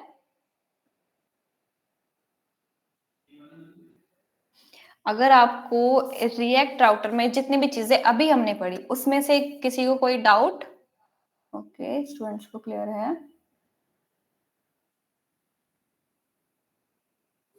ओके, मैं एक बार आपको रिपीट कर देती हूँ क्या क्या चीजें हमने की है यहाँ पे। हम रिएक्ट राउटर ही कंटिन्यू करेंगे कल की क्लास के अंदर भी, क्योंकि अभी हमें यहाँ पे मल्टीपल टाइप के राउट सीखने हैं। हमें डायनेमिक राउट सीखने हैं, हमें नेस्टेड राउट सीखने हैं, जो कि बहुत यूज होते हैं। ओके, तो वो राउट्स हमें क्रिएट करने आने चाहिए। ये थे हमारे बेसिक राउट्स, ये हमारी बेसिक राउटिंग है। ये हमें डेफिनेटली आनी ही चाहिए, कि ये तो हमें चाहिए। कभी भी आप 4 पेज की वेबसाइट बनाओ तो ये राउट्स आप ऐड कर पाओ अपने वेबसाइट के अंदर। हमने क्या-क्या सीखा? सबसे पहले आज की क्लास में हमने यूज इफेक्ट डिस्कस किया, कि हमारा जो डिपेंडेंसी एरे है उसमें कौन-कौन सी वैल्यूज हम दे सकते हैं और वो कैसे वर्क करेंगे। ओके, नेक्स्ट हमने सीखा कि इमेज कैसे ऐड करते हैं, एक लोकल इमेज। ओके, एक लोकल इमेज हम कैसे ऐड करते हैं वो हमने सीखा। थर्ड वन, हम यहाँ पे रिएक्ट राउटर सीख रहे हैं, जो अभी खत्म नहीं हुआ है। रिएक्ट राउटर की हेल्प से हमने क्या सीखा? यहाँ पे हमने सीखा कि हम बेसिक राउट कैसे बना सकते हैं। ओके, नेक्स्ट हमने सीखा कि हम अपने कॉमन कंपोनेंट्स को, जो कंपोनेंट्स मुझे चाहिए हर एक पेज के अंदर, वो कैसे ऐड कर सकते हैं। Common components in every page. Okay, next हमने यहाँ पे सीखा nav लिंक और लिंक के बारे में, कि nav लिंक और लिंक में क्या डिफरेंस है, और जो हमारा पेज बार बार रिलोड हो रहा था, पेज रिलोड हो रहा था, उसको स्टॉप कैसे करना है कि वो रिलोड ना हो। हमें सिंगल पेज एप्लीकेशन फीचर यहाँ पे अचीव करना था, जो कि हमने अचीव किया nav लिंक का यूज करके। हम nav लिंक या लिंक दोनों में से किसी का भी यूज करके यहाँ पे वो फीचर अचीव कर सकते हैं। और हमने ये भी देखा कि बिहाइंड द सीन हमारा nav लिंक और लिंक एंकर टैग ही है। हमारा कौन सा टैग है? Anchor tag. ओके, तो ये सारी चीजें आज के सेशन में हमने डिस्कस की। ओके, आप सब मुझे ये बताओ कि कुछ स्टूडेंट्स हैं जिन्हें डैशबोर्ड में इश्यूज आ रहे हैं। आप में से कोई स्टूडेंट है जिन्हें डैशबोर्ड लॉगिन करने में या वीडियोस एक्सेस करने में इश्यू आ रहा है? एनीवन?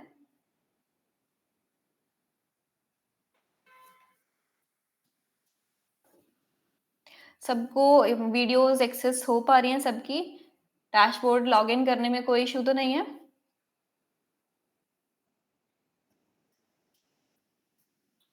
ओके, कोई भी स्टूडेंट नहीं है जिसे जिसे इश्यू है? ओके, ठीक है।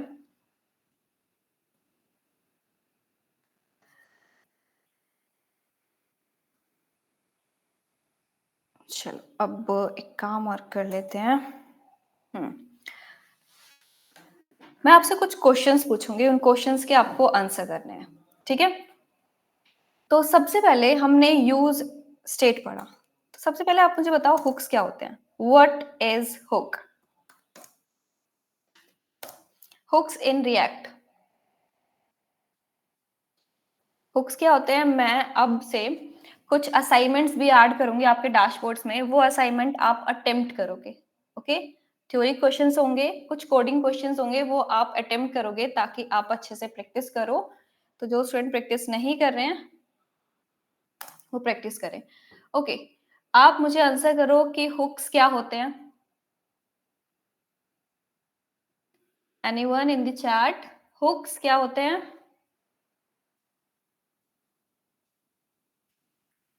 देखो, छोटा सा आंसर है, हम सबने सीखा था जब हुक्स पढ़े थे।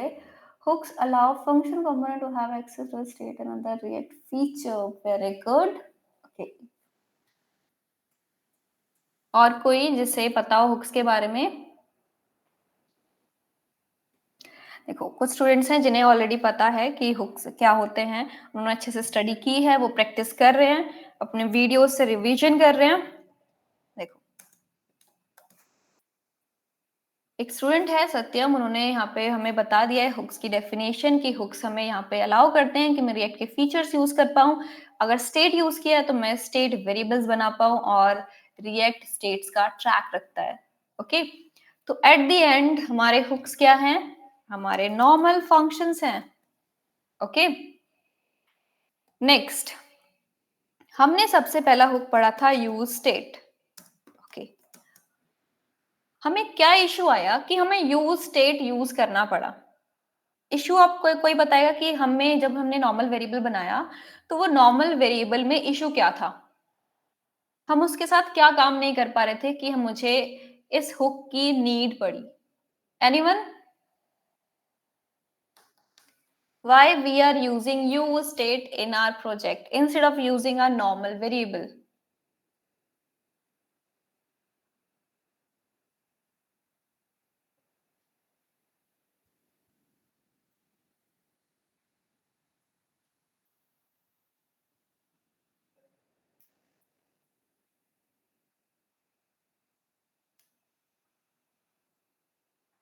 Unable to change their value. Very good. हम अपने वेरिएबल्स के नॉर्मल वेरिएबल्स की वैल्यू का ट्रैक नहीं रख पा रहे थे, उन्हें हम चेंज करते थे, बट रिएक्ट यूआई में उसे अपडेट नहीं कर पा रहा था। क्यों?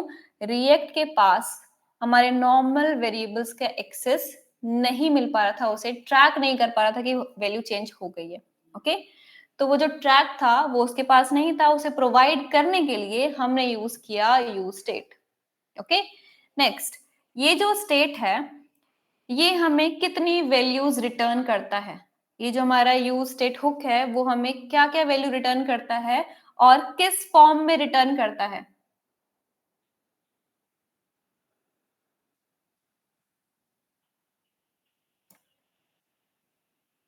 मुझे इसकी रिटर्न वैल्यू बताओ कि यूज स्टेट की रिटर्न वैल्यूज क्या क्या होती हैं?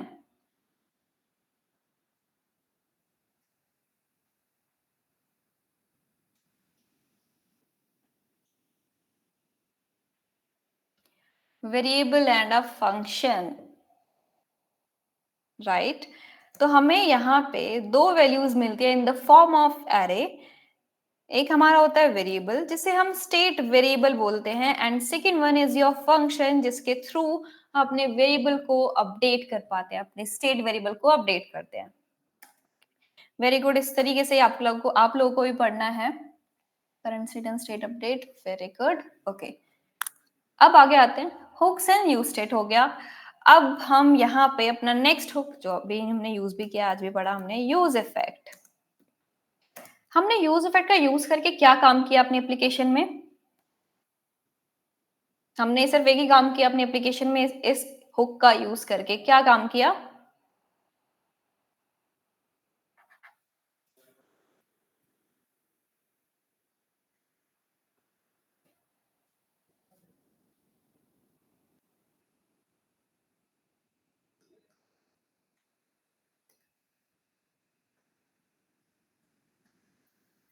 Fetching data.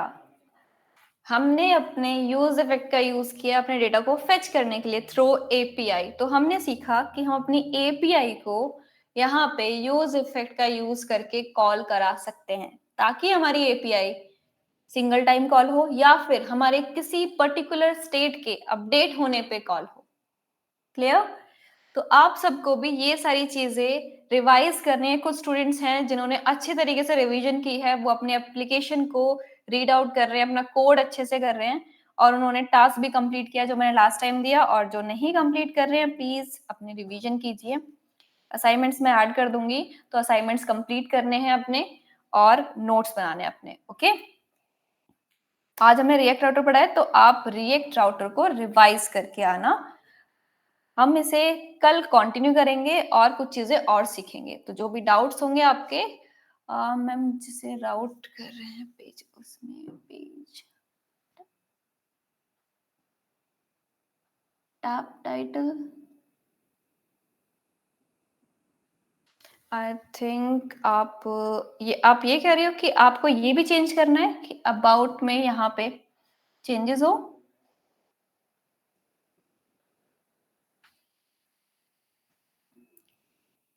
Okay okay okay, यहाँ पे yes we can change it. मैं आपको कल बताती हूँ, ये सारी चीजें हम कल कवर कर लेंगे। ओके, कि हम अपने यहाँ पे जो भी टैब है उसे कैसे चेंज कर सकते हैं।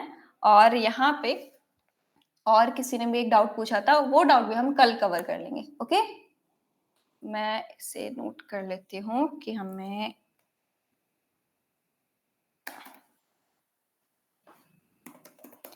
टाइटल ऑफ टैब चेंज करना है और interval server error.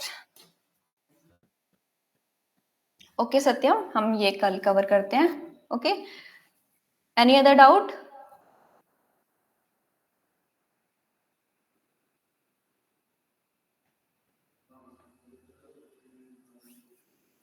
Okay then, clear. Okay, अच्छा लगा आप सब पढ़ रहे हो, चीजों को सीरियसली ले रहे हो, रिएक्ट अच्छे से कर रहे हो। देखो, रिएक्ट डेली बेसिस पे करो, जितना भी टाइम होता है, 5 डेज होते हैं क्लासेस के बीच में। आपको अपने प्रीवियस टॉपिक्स कवर करने हैं, उनसे रिलेटेड जितने भी डाउट्स हैं वो क्लियर करने हैं। ओके, तो आज के लिए बस इतना ही। मिलते हैं अपने नेक्स्ट क्लास के अंदर। कल हम मिलेंगे सेम टाइम पे और अपने यहाँ पे रिएक्ट राउटर को करेंगे फिनिश। हम यहाँ पे अपने प्रोजेक्ट को बिल्ड कर रहे हैं और ये प्रोजेक्ट जैसे हमारा कंप्लीट हो जाएगा, हम टेस्टिंग करेंगे और इसे डिप्लॉय करेंगे, फिर अपने आगे टॉपिक्स पे मूव करेंगे। ओके, मल्टीपल चीजें सीखनी बाकी है हमें, तो एक्टिव रहना। ओके देन, आज के लिए इतना ही। Okay, bye.